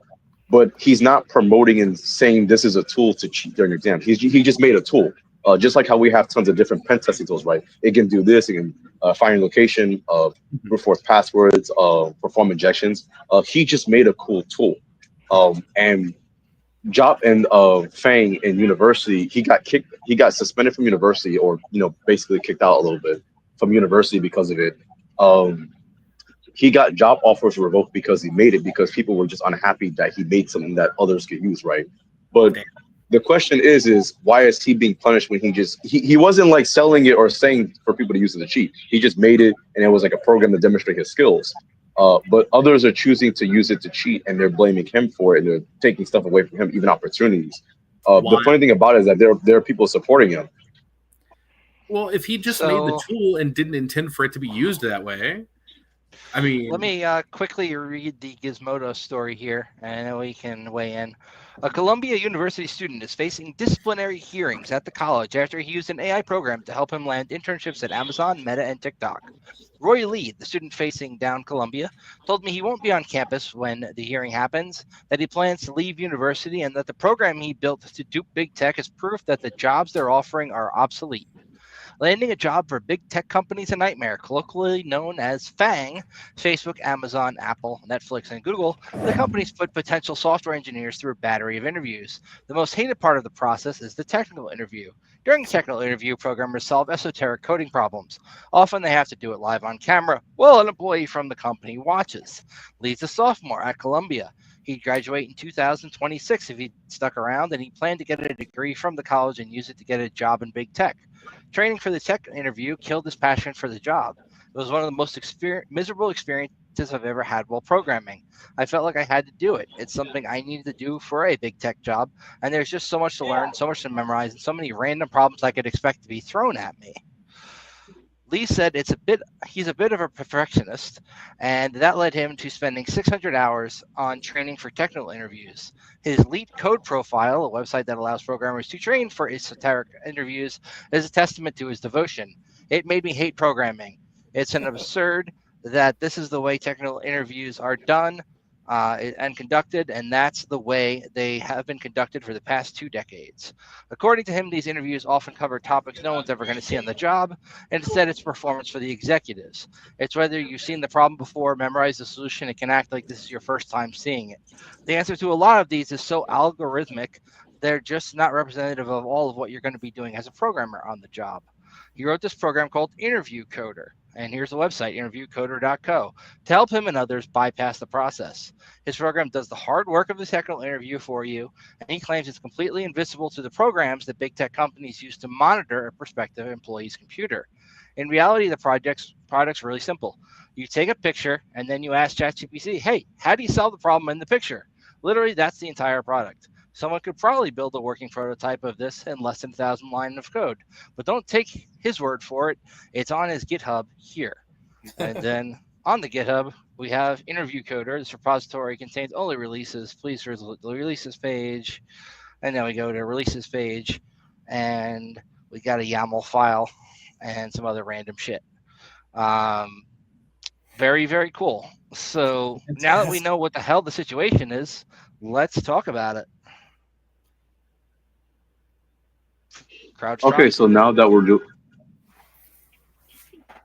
Go for it, Fatah. Okay, so now that we've gotten like a quick summary of the situation, I will say this makes him look really bad. It makes him look really bad because now, he's going. I get what he was trying to do. He was trying to go in interviews and he was trying to prove that the process is antiquated. It's outdated, but it makes him look bad in that it proves that he was trying to land an actual role by using this method. I think he was just trying to do it as an experiment, which I'm fine with, but it just makes him look so bad. But the thing that though, for his skill set and capability to do it, right? Even if it is something as simple as taking a picture of something and sending it to ChatGPT, that's still using, still being smart enough to do it. It's knowing how to use the tools in your toolbox. Yeah, right. And understanding when it gives shitty code too, because ChatGPT is not the greatest coding AI out there. I mean, Anthropic's is probably better at it. Like what Larry Pesci was saying, it can save you hours, but you still have to go through there and fix it. Not Joe Pesci. He basically better for coding. He basically found a way to allow people to invisibly use chat. I mean, people were already starting to try and do that, but they didn't know how to do it in a smart manner. He was like, all right, here's the smartest way to do it. Bet. I mean, my thoughts are, I think that's good on him to be able to come up with a method to do it. And realistically, as long as there's no like proprietary code or anything that's involved, who cares? In business, that's something like I know in my org, in my job, my day job, we are pushing AI like there's no tomorrow. This is a big, massive movement, is trying to move a lot more towards AI. So the fact that somebody is using that at their disposal, I don't think that's a problem, and I think it's wild that somebody would chastise or Yeah. that I would feel like ding him for that. But also the fact that You know- he's getting in trouble for other people abusing a tool. That's wild. But that is across the It board. comes- That it somebody comes down abusing. to the principle of it. Usually that's why you have disclaimers in your tool saying this is not meant for illegal purposes. Do not do this. Do not do that. Whatever. Sure, but is this illegal? It is. Is if there It's not something- illegal. under It's contract. probably something against. in these? It's Is there against something their in these, terms of service. It's Well, is there against something their in probably. in the technical interviews that says, "Hey, you can't do this"? Well, I mean, a lot of them will send you an NDA that you have to sign before you even take the technical interview. It says Sure. you can't copy their questions, you can't take their questions and put it in any kind of LLM. No That- screen that's already recording. baked in. I could get that. That's where you get the hang up. I get this, but him getting nixed by the school for just creating this thing is Yeah, that's bullshit. It's Columbia. They throw people out for having opinions they don't like. Come on. got nothing for him. But Columbia is one of I those would Ivy own League that. schools that just kind of like gone a little off the deep end in terms of Yep. yeah. So, Dude, if I was him, I would own that shit and be like, hey, potential employer, I wrote this thing that got me kicked out of school for no reason. This is awesome. you should do a Check it out." commercial based on that alone. The only way got this programmer kicked out of school. the only way to change what's broken is to shake that shit all the way up. Yep. And if the system's broken, if they're doing the same thing for 20 years, it's probably broken anyway. Not having been a programmer, I did go to school for it. I failed out. I'll be honest with you. I hated that shit. It was awful. I spent a year doing it, and I still hate it. I just don't. Well, my I degree's don't in. know. I fucking hated it too. I can bang out some nasty Python and some stuff in PowerShell, and that's all you got from me. It's been really useful, but I remember doing object-oriented programming and all that shit. Nah, man, all of that. I want no part of it. I almost dropped out because I got a job at IBM and I had a year and a half left to go in my degree. So I was like, I might as well finish it. So I finished it. I did. I fell out of that shit and went into security and never looked back. It was the best move I ever made. Yeah, man, I finished the degree, but I actually went back to school just to get it. Because the job I was at the time, I was a junior network engineer. I was told if I got a degree, they'd bump me to senior, and I could be making like 30 grand more a year. So of course I'm going to go for the college degree that will make that happen. Even though it put me way more in debt, I would have to work at that job for 10 more years, at 30 grand a year to pay back what I owe the college now. But it does show that like when you have the degree, when you have the certifications, the jobs you'll get might be the same freaking job, but it'll pay just a little bit more sometimes. Yep. You have more negotiating power. Yep. Yeah. Yep. Personally, for me, regarding the situation with Roy Lee, I don't think he personally did anything wrong. I'm not going to sit here and say that he actually did something wrong, because it's not like he actually cheated and accepted a job offer and was getting onboarded and all this. He was trying to prove that the current way of interviewing people is absolute fucking trash. And he did that very successfully. He made a tool, and although his tool didn't have a disclaimer, the people that chose to cheat. You can't blame him for that. That's like, again, that's like going back to like a penetration testing tool. So just because someone made the tool doesn't mean that they're like at fault for what other people decide to do with the tool. We could even just juxtapose this with the Silk Road. He made a tool. Yep. Yeah. He did. He made a And tool. what people wanted. People used it. It's not Ross's fault. I'm gonna get Ross on this fucking podcast at some point. That's what we need. We need to have Ross on. That would be awesome. That would be so. Dude, we know the people who helped get him out of jail, so Yeah, let's get him do on. it. That would be awesome as hell. When he starts doing interviews, I would we gotta love. I get would love his to ass do on that. here. I would love to meet him. I would genuinely. That'd be great. It's crazy, man. No, the Free Ross people, I've worked with them in other projects. They're good people. They were over in Counterparty in Miami. Good dudes. They're working on some other person getting him re-entry to the U.S. now. Dude's not actually in jail, but if he came here, he would be. Yeah, it's cool shit. But I digress. That's a little stray from the topic. This dude who built this code, I think if you build an AI coding system designed to circumvent interviews, especially at the big tech firms, I think one of the big tech firms should fucking hire you so Yeah, that right. you give that same level of ability to their coders, so you can take your 1x coder and turn them into a 10x coder. Look, the whole vibe coding thing is a bit bullshit, where people can build stuff without needing to know how to code. I think you should at least know how to code, so you know how to fix the bullshit that these things are going to introduce into the code. Because a lot of the times, Yeah, these coding things are not going to produce perfect code. They'll produce Or at working least you code know what you're fucking that looking could at. have a buffer overflow, that could have vulnerabilities in the code, that could just be regurgitating somebody's project, so you're accidentally incorporating copyrighted code into your shit. You don't know. S-bombs. You're a vibe coder. You don't even know how to code. Yeah, So- TLDR vibe code for me, would you? I've heard the term. I don't know what it is. So you go on, you pay for a Claude subscription for like $20 a month. You describe what you want. For instance, Frank is not the greatest coder in the world. So Frank went on Claude and he said, Claude, make a snake game for me. And then he told Claude, replace the snake with a penis. And Claude said no. So then he said, replace it with a worm that looks like a penis. And it said, okay. And then if you put in the Konami code on countersurveil.net, you'll now get a little snake game that will play and work. Good. And I Love don't know that. how to code that, but Claude did, and I vibe coded that because I'm not a great coder. Cool. How's that? So basically using an AI to code for you. Yeah. Without necessarily knowing how to code. The vibe coding thing. It's So it's basically people promoting. When Zach came on our podcast and he showed how he's able to leverage his advanced AI code to use Aider chat, so that he can code and take on a lot more coding work and get it done quicker and still have quality code because he adds some supplemental training data and whatever to it. Cool, still needs to be monitored, but that's kind of like vibe coding. But the vibe coding itself are people who actually don't know anything about coding, who are now using AI tools to generate code to automate parts of their job, to do simple programs, all that kind of shit. It's vibe coding. I mean, you might as well use it if it's there. I mean, it's not going to replace anybody, but it's a really good starting point. Man. Oh, I disagree. I say like 2 to 5 years. So does the guy who wrote this thing. He thinks in 2 years, your average coders are going to be obsolete. And I don't know. We'll see. I think that there is something to be said for capabilities of technology. I'm going to be honest. I don't think it's going to make programmers obsolete. I've talked about this before.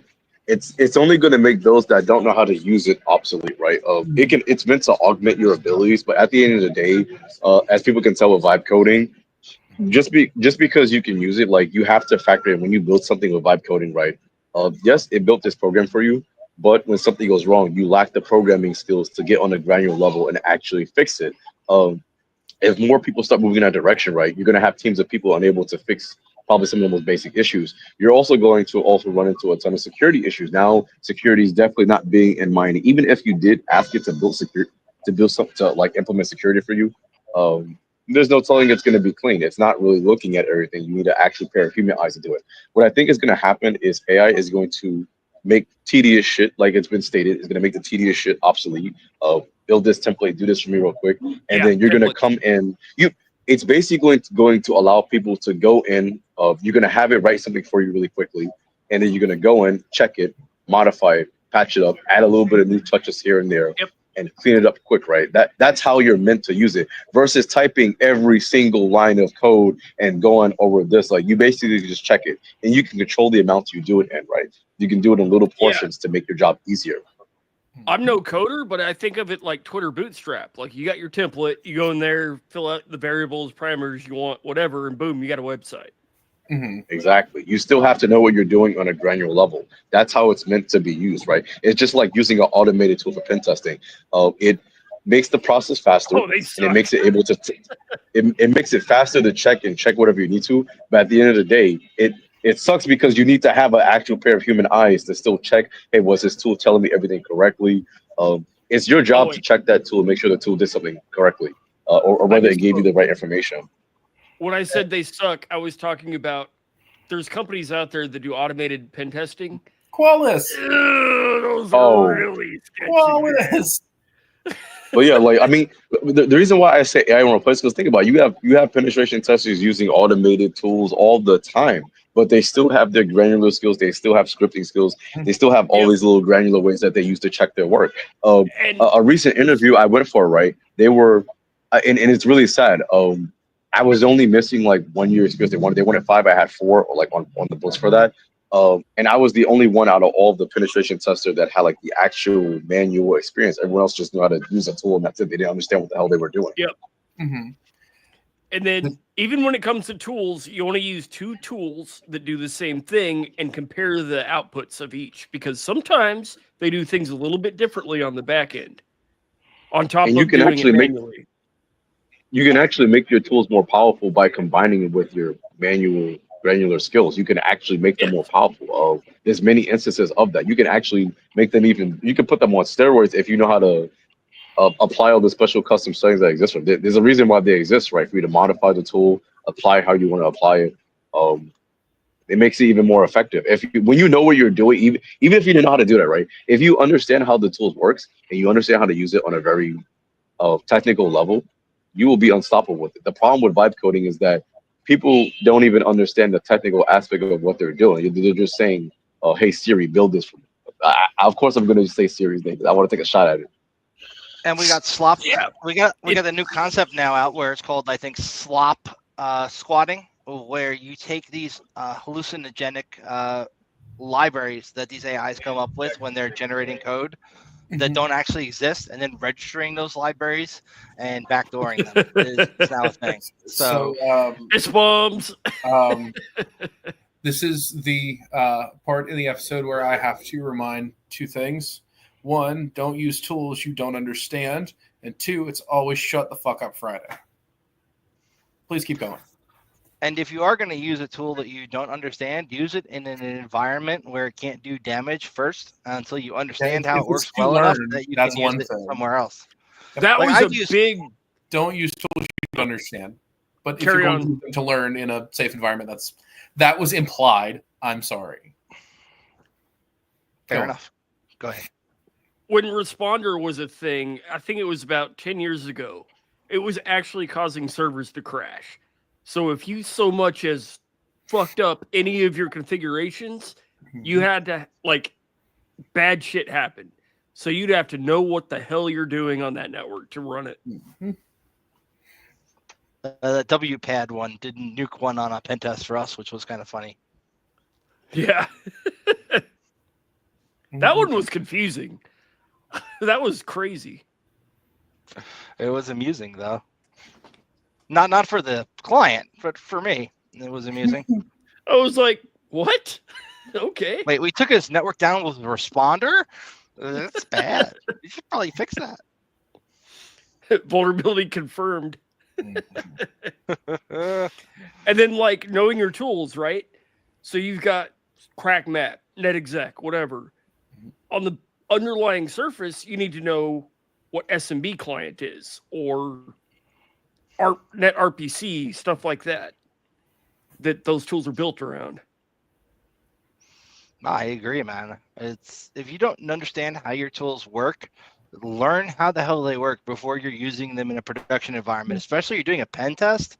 You could really F up not only your own career and have a need to use your own cybersecurity insurance, which is going to make it a lot harder for you to work again, but you could really cause bad things to happen if you don't know what you're doing. My first pen test, I didn't know what the fuck I was doing.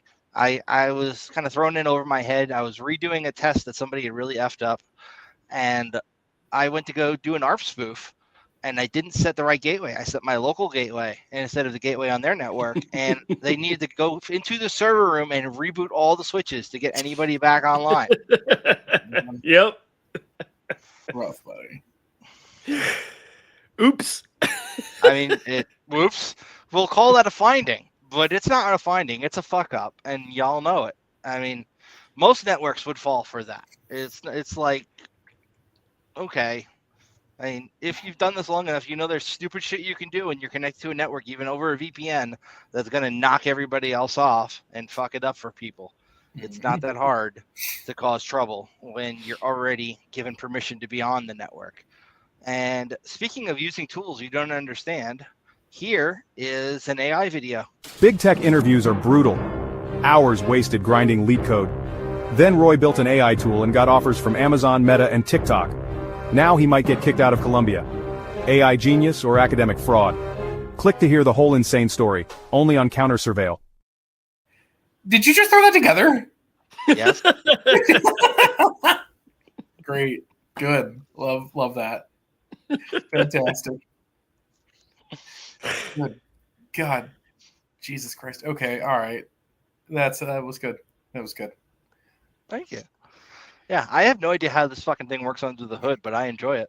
You definitely should Whatever. You definitely should have gone with the anonymous doing it. That would have been funny. They like come out and say some shit about it or whatever. That would have been top notch. But that's okay. Oh yeah. Well, that'll be for the next one, and it won't be under this account then.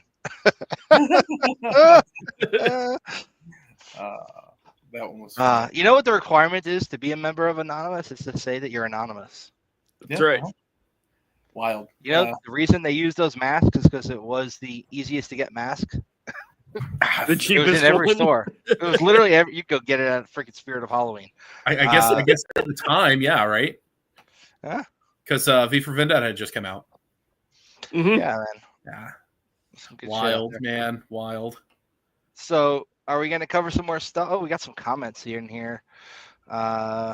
Yo, AI made her a joke. I asked for a mind map of digital dementia with a rainbow brain as visual element. Skill issues havoc. No shit. Best thrust hunting strategies. Well, I like to thrust all day long while I'm hunting. I'm just thrusting. It returned to black. Hold on. So best threat hunting strategies to look cool at there's work. so much here. Christ. KG. If that's a serious question, I have an answer. I'm going to give him a hacker's quote here from this one. The best thrust hunting strategy is to look cool at work. Right. I hope you don't type like you fuck. Where do you see that definitely says threat hunting. It said thrust. Best it did. threat hunting. It's changed. It has changed. No, it depends on the tools you're using and the intel feeds you got. Yep. Do you have an actual intel feed? Because I just found out I sure as hell don't, which is awesome. Do you know how great not having tips is? Create a mind map of digital dementia in the real world and add brain icon in the center. I mean, yeah, you can do that. Look, when I make mind maps, because this is one of the stupid things I showed, it's really simple. I just ask, and it's called mark map format, by the way. I didn't know that before. So it's mind map format in Markdown. It's really cool. So you just go, hey, ChatGPT, first, like, I will take a YouTube video and I'll just get a text copy of the transcript. Then I will take that transcript and upload it to ChatGPT and say, ChatGPT, give me a mark map format of this and put it into a text blob below. And I take that text blob, I copy it, and I go to the Markdown map website and I paste that shit in there. And then I have a mind map and it shows me the concept visually. It's cool shit. And it works really well, especially for assholes like me who sometimes learn better auditorily, sometimes learn better visually. But when you have both, works really well. Having like a mind map of the shit I'm looking at really does help me kind of retain information after like watching a long video. So that's what I do. And it also helps with our episodes to kind of break down by topic. Oh, I should definitely do mind maps of all our past episodes when I have a little bit of free time. Pretty sick. There's one of these comments was like, how can Kali Linux be used? Somebody said RTFM, which is read the fucking manual if you don't know that. And then somebody goes, ironically, you could start by watching some TCM videos. Bravo. That's good. That's well good. Done. That was beautiful. I'll give you that. You get some dice. Yeah, hit me up. I'll send you some dice. I'll do that. Let's see. There's a whole bunch of these. God. Oh yeah, I missed a bunch of comments here. So skill issues. It's a squishy raccoon. Kali Linux be used. Yeah. Read the Kali documentation.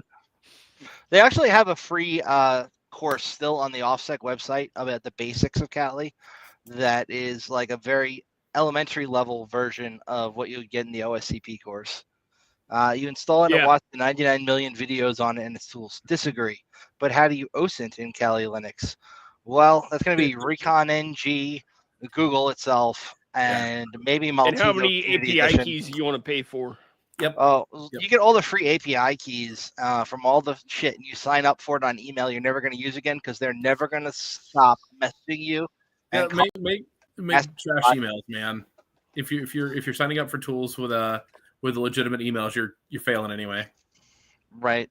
Well, it depends on what you're doing. Kali. That's accurate. I'm very tall in cyberspace on Twitter. That's excellent. I like Twitter. Man, people spell like I do in these comments. This is great.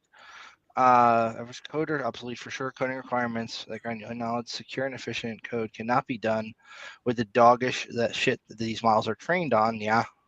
But the thing is, we're not talking about needing secure and efficient code for most people. They just want code that works, that does the thing they need, so they don't have to do the thing over and over again. A lot of people use this shitty code to automate parts of their job they don't like making the same edits to a spreadsheet for the 1,000th time. Well, guess what? Now you can write some code that will take that spreadsheet, pop it open, do the thing you need, take the other cells and put them in there. And next thing you know, you've automated a process that used to take you 3 hours every day. It's what people use it for. Mm-hmm. And that shitty Python code that like ChatGPT is going to output there, they might not even understand how the fuck that thing works, but I'll tell you what, they're running that same code every day to do the same fucking task because they don't want to do it. And it's getting more and more popular because things like Python will run in user space without needing to be installed. So people will install it locally. They'll have the ChatGPT generate the code. Hopefully they're not inputting code from like sensitive company information in spreadsheets or uploading to ChatGPT. Yep. That's a whole nother fucking stupid issue. It happened with, yeah, man. Go ahead.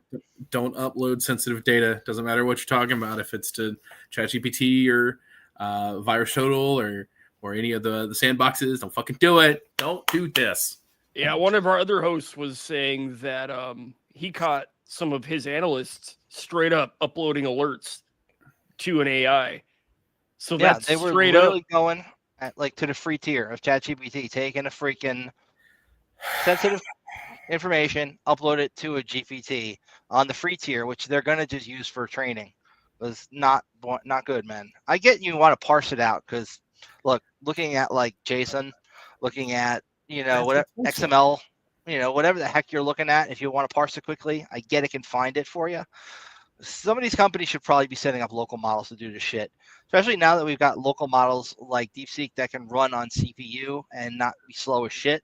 And not that DeepSeek's the best example, because that's the same one that had an SQL injection vulnerability on their professional version that released the fact that a bunch of people were uploading company data to it by essentially letting the hackers then download all those questions and the files associated with those questions. Hugging Face also got hit a while back too. Hugging Face still has malicious models on there. Look, you got to be careful when you're installing a local model. Like there are ones that are vetted that are pretty good, but it's fairly trivial to backdoor one of these models to make it do things that you really wouldn't want happening on your local computer. So and a lot of big what you install. Yep, a lot of big enterprise environments. I'm addressing that question right now. A lot of big enterprise companies, for compliance reasons, are actually doing continuous vulnerability management, and now we're actually getting into the SBOM realm of things, where it's pretty interesting. Like you have to scan DAST, SAST, and then SBOM intel feeds every 72 hours. It's getting pretty tight depending on what policy and regulation you're working with. Yeah, man. And I still think SOC 2 compliance is a joke, but whatever. FedRAMP's just a pain in the ass. Yeah, I actually helped with some FedRAMP stuff when it was being developed. I understand. I might be to blame for some of the issues you have with it. You can't give Havoc any kind of power. If you can't give him dev power, you can't give him certification power, dude. What are we doing? I take the power myself. It's fine. Don't worry about it. The power is mine. You just abuse it. Stop it. Quit. I've never said that I don't. Don't give me root access. I'll get it myself if I need it. Don't worry, it'll be fine. Don't worry, Mom. I got this. I'll get the cookie jar. It's fine. It's fine. You'd be surprised the damage I can do in user land alone. Who needs root? Hey, so we went past an hour 30. Let's go to 2 hours. One more topic. Do you have Okay, one? what's the topic? What's your guys' favorite HR horror story? They exist. I'll start. The end. Yeah, go ahead. I'll go first. I got 3. I was showing people how to Google dork from the office at IBM in Atlanta, right? So I was showing them how to look at traffic cameras. And then I get a phone call from HR. They're like, why are there 100 IPs coming to your computer from Russia? Nice. So that was an interesting one. Nice. And then Wait, another they were one coming was to your computer from Russia? no, What I was is- connecting to their cameras, whatever I found on Shodan. Why is HR reaching out to you about that? Wouldn't your SOC do that? The unless you are network team reached out to HR. SOC? Okay, all right. That's weird. There used to be a website. It was called like Camera Roulette that literally you just Yes. refresh and every time it would be That like a one new too. Yep, Mhm. that was a good That's one great. too. Unsecured cameras. And then another time, my buddy got arrested for. We'll keep that part private, but I bailed him out of jail using my corporate card. Nice. Yeah, I So worked for a HR's really- like, what is this charge for bail bonds company on your American Express? Maybe not move, Muggsy. That's a I good paid one. it back. It was I just mean, funny seeing that in the statement. Oh shit! I used the wrong one. Whoops. Let me Yeah. just here take this money. So I worked for a company a number of years ago. I actually became friendly with one of the cute HR ladies. We still meet up when I'm in New York. She's pretty fucking awesome. But there was some shady shit going on at this company, and she blew the whistle about it and was subsequently asked to leave. I eventually left this company, not because of that, but because of just them abusing the shit out of me. But the story here is essentially that they were keeping passports, the actual passport, not a copy, of employees that they had come over from India in a safe in an office in the building, and they wouldn't give these people their passports back if they quit. Oh, That's oh then shit! not good. Yeah, and they were not paying them very well, and also because they paid them so poorly, not a lot of them could find proper housing. So to help with that, the owner of the company decided to be so kind to put them up in houses that he owned, 4 people to a bedroom. So it became a very interesting thing. Yeah. That sounds like an NSA job in DC. Those people don't get paid enough to afford a house. They have to do group housing.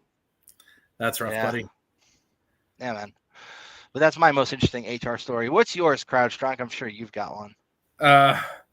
Pretty sure I've told this story before, but I'll recant. This was, I don't know, maybe a year ago, maybe 6 months, 8 months ago. I was having some of my analysts were doing some were skipping something that was happening. So there was this weird call out to a site that looked weird, and my analysts were skipping it altogether. So I took a deeper look into it because it looked real sketch, and it was some encoded zlib 64 encoded scripts, and I couldn't decode them. I banged out a nasty Python script to do it, and it would my ADR stopped me. So as opposed to going to CyberChef, I took the encoded string and dropped it to myself outside of the environment. Well, I didn't know what it was at the time. Good. So because I don't have the tools, it was ultimately this ended up a fight for tool sets and things. But I was speaking to my manager. I was actually sitting right here when it happened. Fun fact. I was speaking to my manager 5 minutes after this. So I do some digging, figure out what's happening, and approach my boss with it. I'm like, hey, this is what I found. This is what I did. This is how it happened, all this. And a couple of days later, I get investigated by my insider threat team and HR for doing that. It's a great topic. Now, because going back to the web of trust and transparency saved my ass, because I had been honest with my boss about what happened, what I found, how I did it, how exactly what happened, and they approached him about it and was like, "Hey, this is happening. You need to know." And he's like, "Oh yeah, I know exactly what happened." Blah blah blah blah. And it was during an investigation that I had, been extremely critically descriptive on what happened, how I did it, and had documentation for every bit of it. So that is important. But CYA always. Yep. Sometimes you do the right thing or the best way to do the thing, and you'll still get brought up. Somebody will I wonder how many less organized people have been working entry-level SOC jobs and become the fall guy when something happens and just blamed as an insider threat for doing the same kind of shit. Yep. Now, ultimately, it was some bad stuff that was happening, and I learned a lot about if you haven't looked up Graph Strike or anything about Microsoft Graph and all that it was some super cool shit, dude. It was the whole thing was super neat, but it was definitely one of my prouder moments and things that I had dug up, but also some it reminded me that my analysts still had work to do, and even today still have work to do. But yeah, man, I got one more. Mm-hmm. I used to work for the Network Operations Center for a data center in Arizona. And we were playing around with chatbots in our personal chats, So we would feed it. It was kind of like before LLMs were a thing, but you could feed it. I can't remember the name of it, but you could have it ingest books and talk to it as if it was a character of the book, because it would take words from the book or whatever you feed it and talk back to you with it. And then we started teaching it to say, "Submit a ticket, fucker." And then somebody accidentally or on purposely, I don't know, made it public to where when people log into the website and ask a question on our chat, it immediately responded with "Submit a ticket, fucker." Oh no. And we don't know how long that went until somebody finally complained. Oh no. Oh no. But did they submit a ticket, fucker? It probably was a ticket. That's good. I wonder what the ticket to clean that up looked like. I was gone by then. Jesus. I got Mr. framed Corbin for some will be in bullshit, so I walked out handing the boss a bottle of whiskey, the one that I liked. Mm-hmm. Dude, a nice bottle of Johnny Walker Blue will get you out of some trouble. I'll tell you that. Yeah, I walked out like my last day when I got hired for my first professional job. I walked in with a backpack full of little shots of Makers and then set a big liter of Makers on my favorable boss's desk. As Surprised that didn't turn out to be another HR story. He's bringing alcohol into work for everybody. They're getting shit faced on the job. So I have a story about this. I think we're past the statute of limitations now, but I won't use names. But at one of my first big adult job, there was a guy. We'll call him Gary, because Gary. Well, no, God, what's his name? The guy from What Is Kid You Know had a song named Gary, called Gary, and it was about a guy who, constantly fucked up his life and, was supposedly trying to get it back together, but couldn't do it and, made mistake after mistake. So this guy reminded me a lot of Gary, and that's the song that I attribute to him, because I attribute songs to people because that's who I am. So Gary was a thorn in my side the entire time I worked with him. Refused to learn anything, self-proclaimed IT guy. I mean, oh my God, I can't tell you all the messes. So Gotta love those. I leave the organization, and 6 months after that, they get hit with a cyber attack. And so the help desk, the IT guys that are one tier up above the help desk are conscripted. Trevor! The best cockroach. Trevor Moore. There we go. That's it. Thank you so much. Trevor Moore is the guy, and rest in peace, Trevor. We love you. Oh, I was talking about the cockroach. No. We're talking about Trevor Moore from What Is Kid You Know. Anyway, yes, rest in peace, Trevor Moore. So they get hit with a cyber attack, and about 6 months after I leave, and so the IT guys are conscripted to basically end up resetting everybody's passwords and doing all kinds of other stuff because they got their email server got ransomware. This is pre 365 in the cloud. So Gary, from what I hear, is sitting in the tech area and downing 4 Locos at 2 a.m. doing this. Hell yeah. They're all working overtime and offers it to underage kids that are working with us. Working with them at the time, and they finally fired him. And God, am I so sad I missed that. I called my old boss. I was like, "Hey, dude, how did this happen without me? Come on. The only person in my entire career where I was like, okay, this dude's just not doing it." And I hope Gary's doing well, but I genuinely don't think he is. I think Gary is just doing Gary things. I digress. Don't drink at work unless, your company doesn't care. Well, Hospitals. sometimes they don't care. Hospitals care. Hospitals care. Amazon, I come to find out, doesn't. I'm not going to say company names, but I've been around somewhere. I mean, sometimes they had a beer fridge. When you get further enough into it, like I got mentioned in lore the other day at my previous organization, my most recent previous organization, Desk Flask, and your boy is very. Man, I'm a firm believer of the Desk Flask. All right, so I got a comment on this comment. Yes, OG 4 Loco. Myself and an old girlfriend chugged 2 of those before going to a carnival and seeing how many flips we could do on the zipper. And we ended up puking together in a trash can after that, and it looked like purple foam. And that was one of those, we're meant to be together moments. Like we're bonding. Oh, God. Do you have any ridiculous HR stories, Futaba? Or, any... I don't think I have anything close that compares to the stuff you guys have.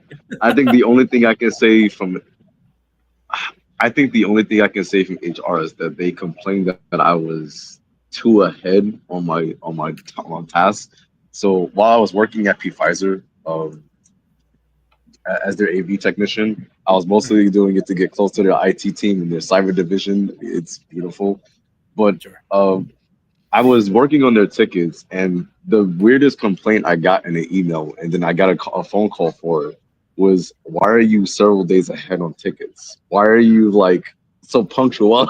like they were really mad that I was because I was so ahead to the point where I could just sit back, have a beer, and just I'm good, and giggle while doing it. And they got so upset that I was ahead on my work. Meanwhile, there was a guy falling asleep in the lounge, getting caught.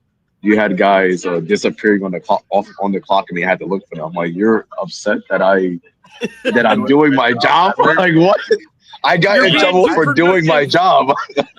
Yes, I got my job. Being too productive. I would get ahead on the tickets like a week in advance, so I could just sit around and run to these rooms, check them, and be lazy, so I can just dissect. The reason why I did it was so I can hang out with their IT team, solve their problems, get close to them, network, and then talk to their cyber team. That was the reason why I did it. So I had other. I wanted to get close to them. Everybody has their way they got in, man. I get it. I do. We have to. And they got so upset. Okay, finish your story. It's basically them just getting so damn upset that I was ahead on task. And this wasn't even the first time they complained about it. They got so upset about it every single time. They're like, why is he doing shit in advance? I'm like, some of these shits had executives right at the check. You would want someone to do that, not be a lazy fuck and just sit there and not do it. And also, they had me, some of these rooms, we had to actually redesign the infrastructure for it, right? We had to actually redesign the room, check all the equipment, check all the gear, make sure everything was good. There were even technical problems in the IT level. And we had to do that stuff, and we had to make sure it was done in advance. But they would want us to work on this stuff the very same day or the day before, where something could go wrong. And we had many situations where stuff was going wrong. And something funny, They got upset that I trained another guy so well to do the exact same thing I was doing, but everything was running smoothly. I never had any floor complaints. The reviews were so positive. They were just getting so salty and so mad. I don't understand why they were so upset about that. You want someone to do their job. You're correct. Dude, and do it I got well. hired. Dude, I got hired to basically. There was this company last year that hired me to basically convert contractors into an internal pen test team. So I laid out the framework for everyone. It only took me like a week. So I redid their pen test reports. Oh, the all ones the that said emails, that you cost much? everything. Yeah. And then at the end of the day, they stole all of my IP and said they couldn't afford me. And I was like, the whole idea was to hire internal because it's cheaper than contractors. And I'm sitting here like, yeah, you just duped me. Okay. Wild. But whatever. Yeah, it'd be a shame if something happened to that company nowadays. Yeah, they're going to go under. They were a fucking shit show. But I wanted to address that Black Hat comment. Go ahead. I worked for Black Hat for about 6 years, which was awesome. I loved it. It was cool. Go to the speaker parties, meeting everybody and shit, rubbing suits with all the suits. So it's fun. But I would never pay to go there unless my employer paid me to go or required it. Because I would rather pay to go to DEF CON and meet those sorts of people instead of the suits and spooks at Black Hat. Yep. At least the spooks at DEF CON are usually pretty obvious and fun to get drunk with. Yep. At Circle Bar. Working on trying to make sure that I'm trying to get my employer to pay for me to go. If not, I'm just gonna send myself. I don't care. Should put out a fake promo for the Circle Jerk party at the Circle Bar. I actually haven't been back since we met, Fletch. We just have a bunch of jerks around the circle. Oh my Call it a God. circle jerk. The CounterSurveil circle jerk. Shit. So here's my Black Hat story. So I was going to DEF CON one year, and Black Hat was just ending as DEF CON was starting. So I was there a little early. B-Sides was going on. And some of the people I went with brought me up to the hotel room of a hacker who no longer likes me or associates with me, but I was going to call him Sick Rick. And Sick Rick is there making Black Hat badges. He got like the tape for it that year. They were using holographic tape as their kind of security check on the top. And he had bought the same exact tape from some thrift store and was carving out the Black Hat logo onto the little hologram area and then making badges for everybody on his crew. And then they all went, myself included, to Black Hat. One of them was wearing a badge that literally said Kevin Shitdick, and he went up to Kevin Mitnick while wearing it, and nobody called him on that. And then I did not get one of those fancy ones that he had made for everybody. I was getting around with Kevin Mitnick's press agent's card and pretending to be his agent. And then I went up to say hi to Kevin, and Kevin was totally cool and played along, which was awesome. But Did you talk about that in that talk you gave at Wild West Hackin' Fest? I don't remember, but it will be out next week for those who are interested. I talked to the videographer because I've had his contact information from when I had uploaded one of the videos from Anti-Siphon without permission, and he'd asked me to take it down. So I reached out to him. I'm like, hey, when's my talk coming out? And he was like, actually, it's been fairly random till now, but since you asked, it'll be out next week. Cool. So it'll be out. And we'll see if I talked about it. Dude, I literally winged a lot of it because you have what's on your slides and what's in your head. And then when you get up there, you forget everything and just do your best. It looked like, based on the videos I saw, it looked like you had a shitty time slot. Everybody was still asleep. Dude, it was 10 a.m. and a lot of people who I met at that conference actually showed up. Like, the room was not empty. There were a lot of people in there for a 10 a.m. talk, and the 11 a.m. talk was not as well. 3 separate friends that were in that room sent me videos. So yeah, it was well. I think I socialized well too. Like, I went to the 303 meetup at the bar. I met some really cool people. I wanted to meet fucking Pyro. You keep saying you're going to have him on the podcast. He's still down. He's still down. But Jimmy introduced me to a whole bunch of cool fucking people, man. Jimmy's He was fucking supposed awesome. to come on last night, but he got stuck in Chicago for some reason. We didn't Oh, do anything man. last night. Well, we were going to, possibly. well. We also Yeah, had yesterday was Ham Radio Day, so we were going to talk about that. Yeah. Well, one. Yeah, wouldn't that be a lucky thing? That's Pyro. Oh no, Pyro, Lucky, Lucky, Pyro, and Ratman Strut. maybe. Just Yeah. not Lucky and Strut on the same cast. Otherwise, we'd watch fucking the Yeah. whole cast go on fire. Yeah. Kevin Dick fit in my mouth. Fit in my mouth. Rest in peace, big dog. Oh, Oh, that's Dude, funny. I had some Probably his Euro business worship card with fell Kevin. apart so easily. Hey, I've still got one that's not in pieces. Wait, you really do? I do. Man, Save that NSA shit tore because all it's gonna mine be worth nothing apart. someday. Yeah, you could sell that for shit. Who knows? NSA tore all of mine apart. I had like fucking 3 of them. Womp womp. Womp Yeah, womp. I've got one. The ones that I use that I have to in the event that I need them. I've got one from Tool. I actually have like 3 of them from Tool, but the International Organization of Lock Pickers or whatever. Open. TOL. Open organization of lockpickers. Get us There you deals go. right. That's it. Thank you. I was a member of the New York City chapter for a while with my buddy Click, who ran it, and They've got one that's akin to Mitnick's card, and it works fairly well in my experience.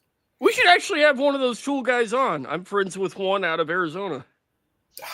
yeah, there's a lot of He them. does the village in I'm Vegas still every waiting on now Lock and then. Picking Lawyer, dude. We've got like 9 of them in our freaking InfoSec articles chat. Yo, crowd strong. We Yeah. actually probably could get Waiting for Lawyer Lock on Picking here. Lawyer, my guy. That's probably that's could. where I'm at. We So probably Click could. is friends with Lockpicking Lawyer. We could ask him to Well, make an Sledge intro. is too. Yeah, I am too. Yeah, we could probably get Oh. him on here. So now we got 2 people who know LPL. We should get his ass on the show All, next. all I'm saying is that's one of those I'd kill for. Let's do this.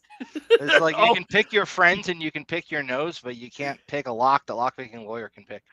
Oh, that's actually a great idea. I'll start making the connects Do tonight it. or tomorrow. Dude, shoot you have his phone number, I'm sure. Just shoot him a text message. Oh yeah, I've got his address. There you go. Shoot him a text message. Hell, I'll make him some dice. Like, let's do this. I will make him some dice. Oh man. But dude, some of the cool things that I liked about Black Hat though was sneaking into parties. So, like, the parties themselves were subpar, whatever. We're not going in there to actually like party. We like the free drinks, but it's so loud you can't have conversations, and that's why we're there.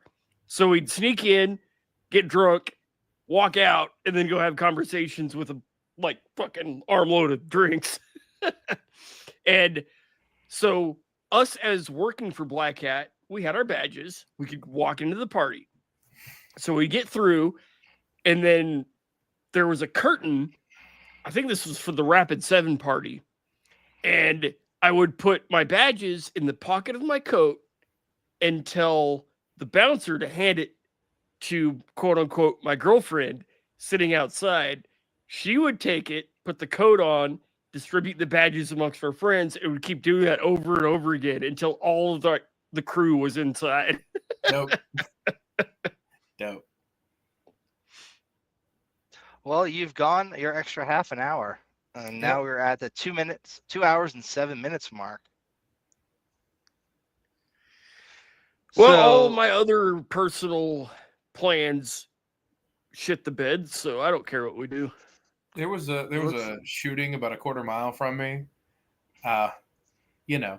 So all I'm saying is I'm Yeah, you just gotta point the camera at your window and go strap up. Dude, when I lived in Vegas, I lived across the most ghetto 7-Eleven that got robbed all the time. I was like, I gotta set up a fucking video feed of this shit and just get paid, because people would probably pay to watch this stupidity, but I never did. One of those domains you never use.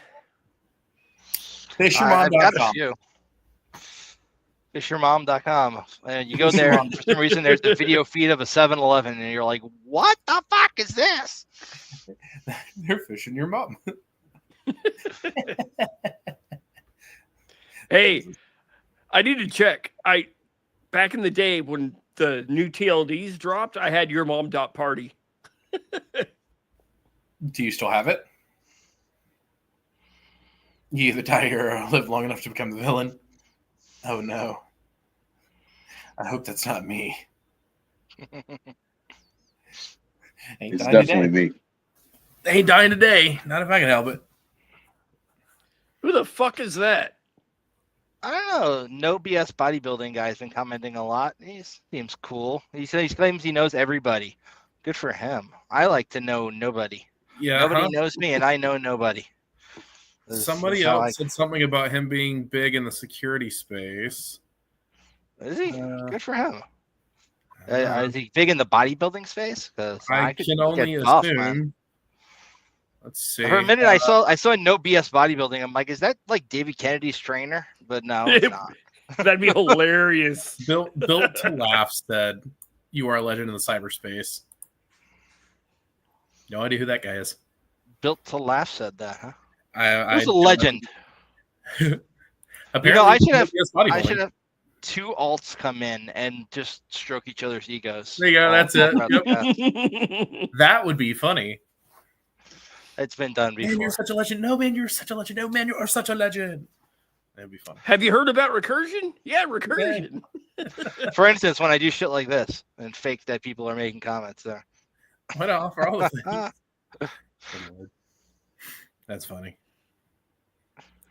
It's fun times. So I'm out of shit to talk about. You're out of shit to talk about. And I want to go upstairs and play video games and smoke pot. So I'm going to go do that. Sounds like a party. I mean, drink, because that's allowed. You're drinking 5 years from now, I'm going to be going on a job interview, and they're going to play me this clip back. And they're going to be like, "You lied!" In the state that you're in, it's legal. It's fine. Actually, No, I'm in Utah. He's drinking from the pot. My brother in Christ. You My weren't brother in supposed to Christ. say that. You were supposed to roll with it.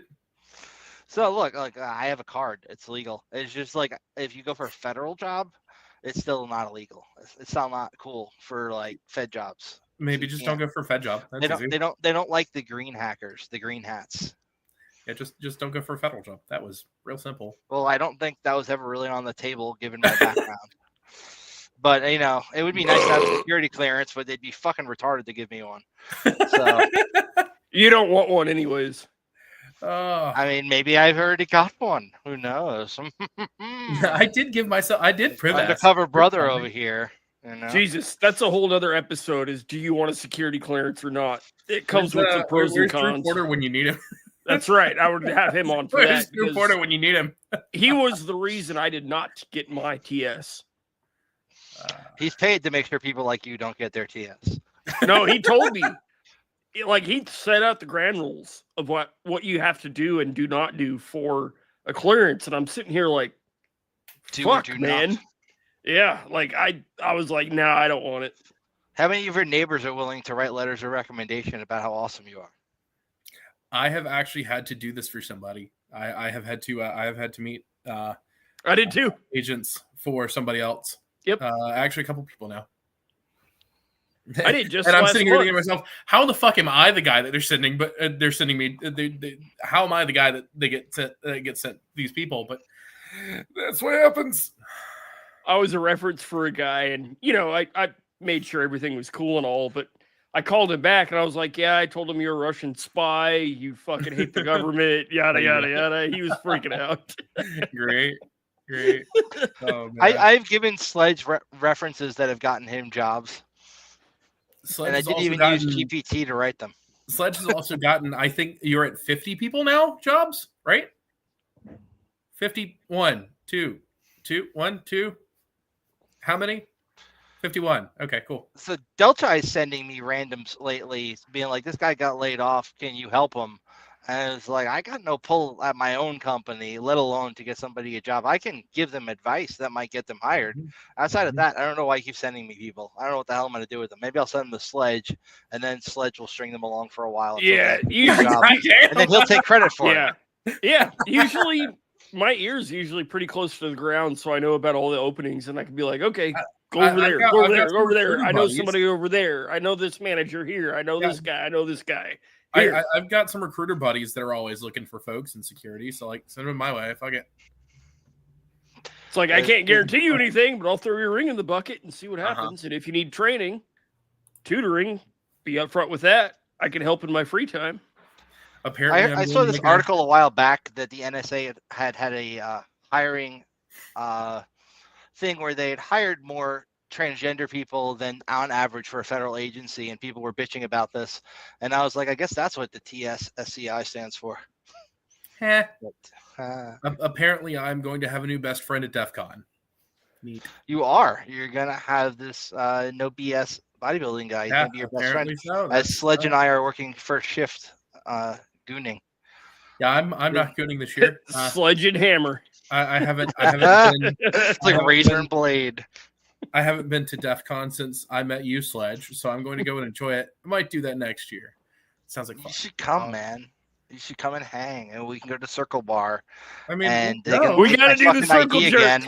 They can take my ID again, and then Sledge can be fucking with the TVs as I'm waiting to get my ID back. What it sounds like is I need to make some kind of 3D print that's like this exclusive CounterSurveil circle jerk print that you can only get if you come to the circle jerk or whatever.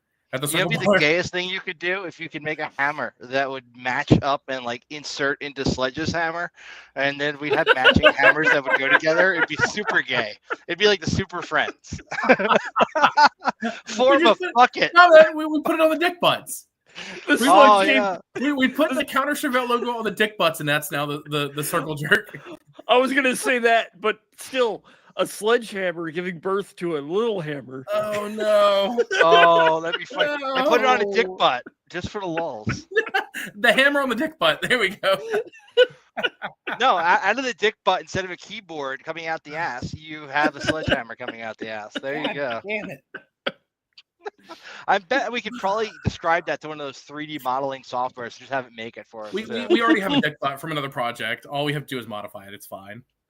Ah, yes, modify the dick butt. Yeah, I heard you don't want to modify dick butts too much, though. Yeah, we've already got a dick butt from something we did before the podcast. Dude, I was blown away when I was volunteering at SummerCon one year, and this dude who worked for, I think it was Silence, came up to me and gave me a dick butt pin with the keyboard, and they told me about threat butt, and then I found the PQ threat butt map. I was like, that is so cool. Do you have one of those dick butts floating around, Sledge? Yes, I think.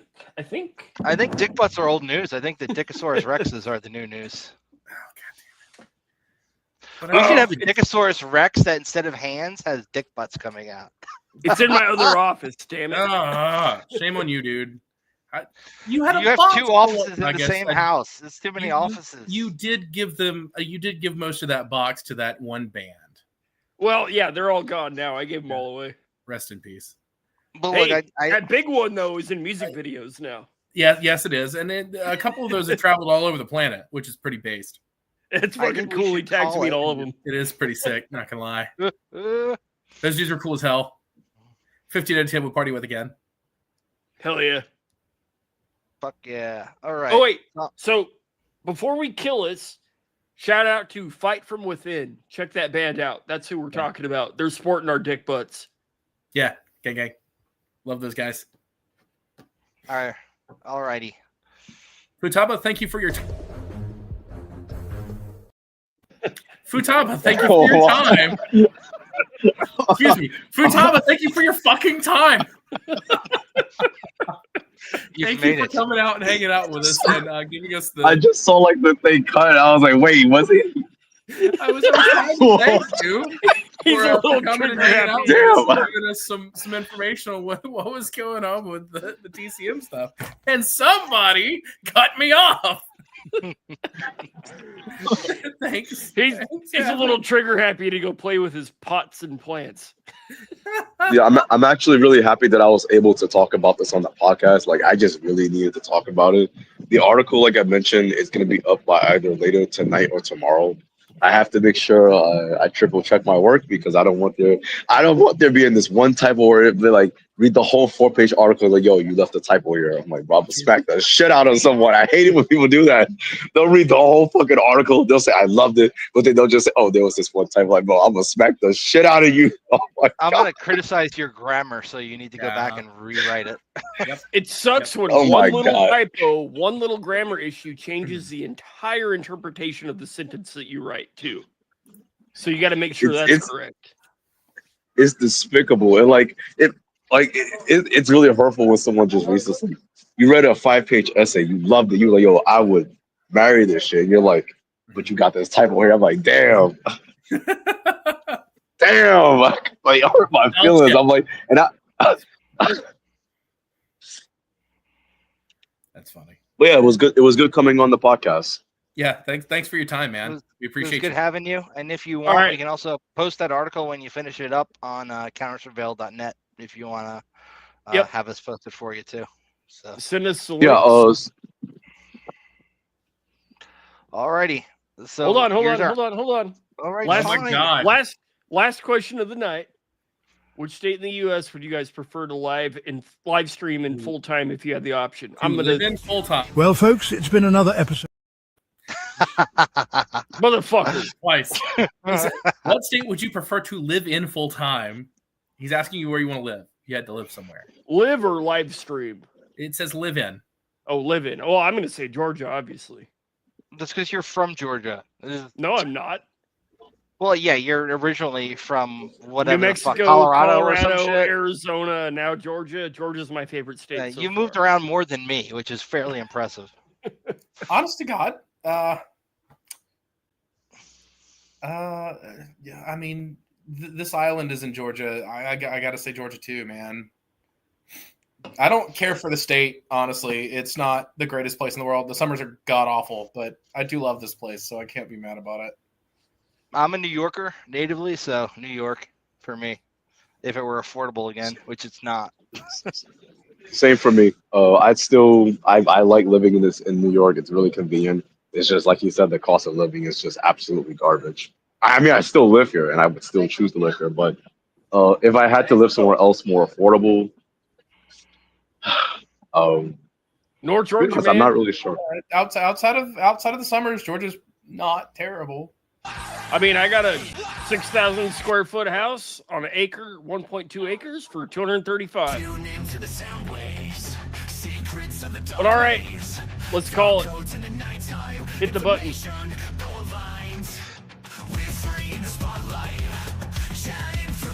Well, folks, it's been another episode of CounterSurveil, where we own the surveillance game and keep your privacy from getting owned.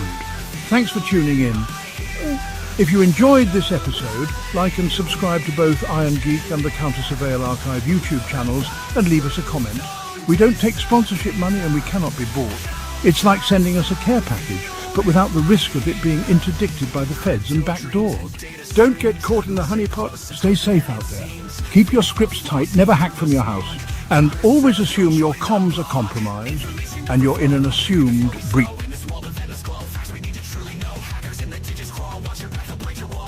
Settings all together, we decode it all. Breezes, slash breeze, hell. Dante's fortress, none can excel. We leave, girls take flight. If our sexy shines bright. Sludge and havoc, pinches pros. Till she say she ain't at work, she knows. Monkey inspires her skills she shows. Crop short shield, our defense grows.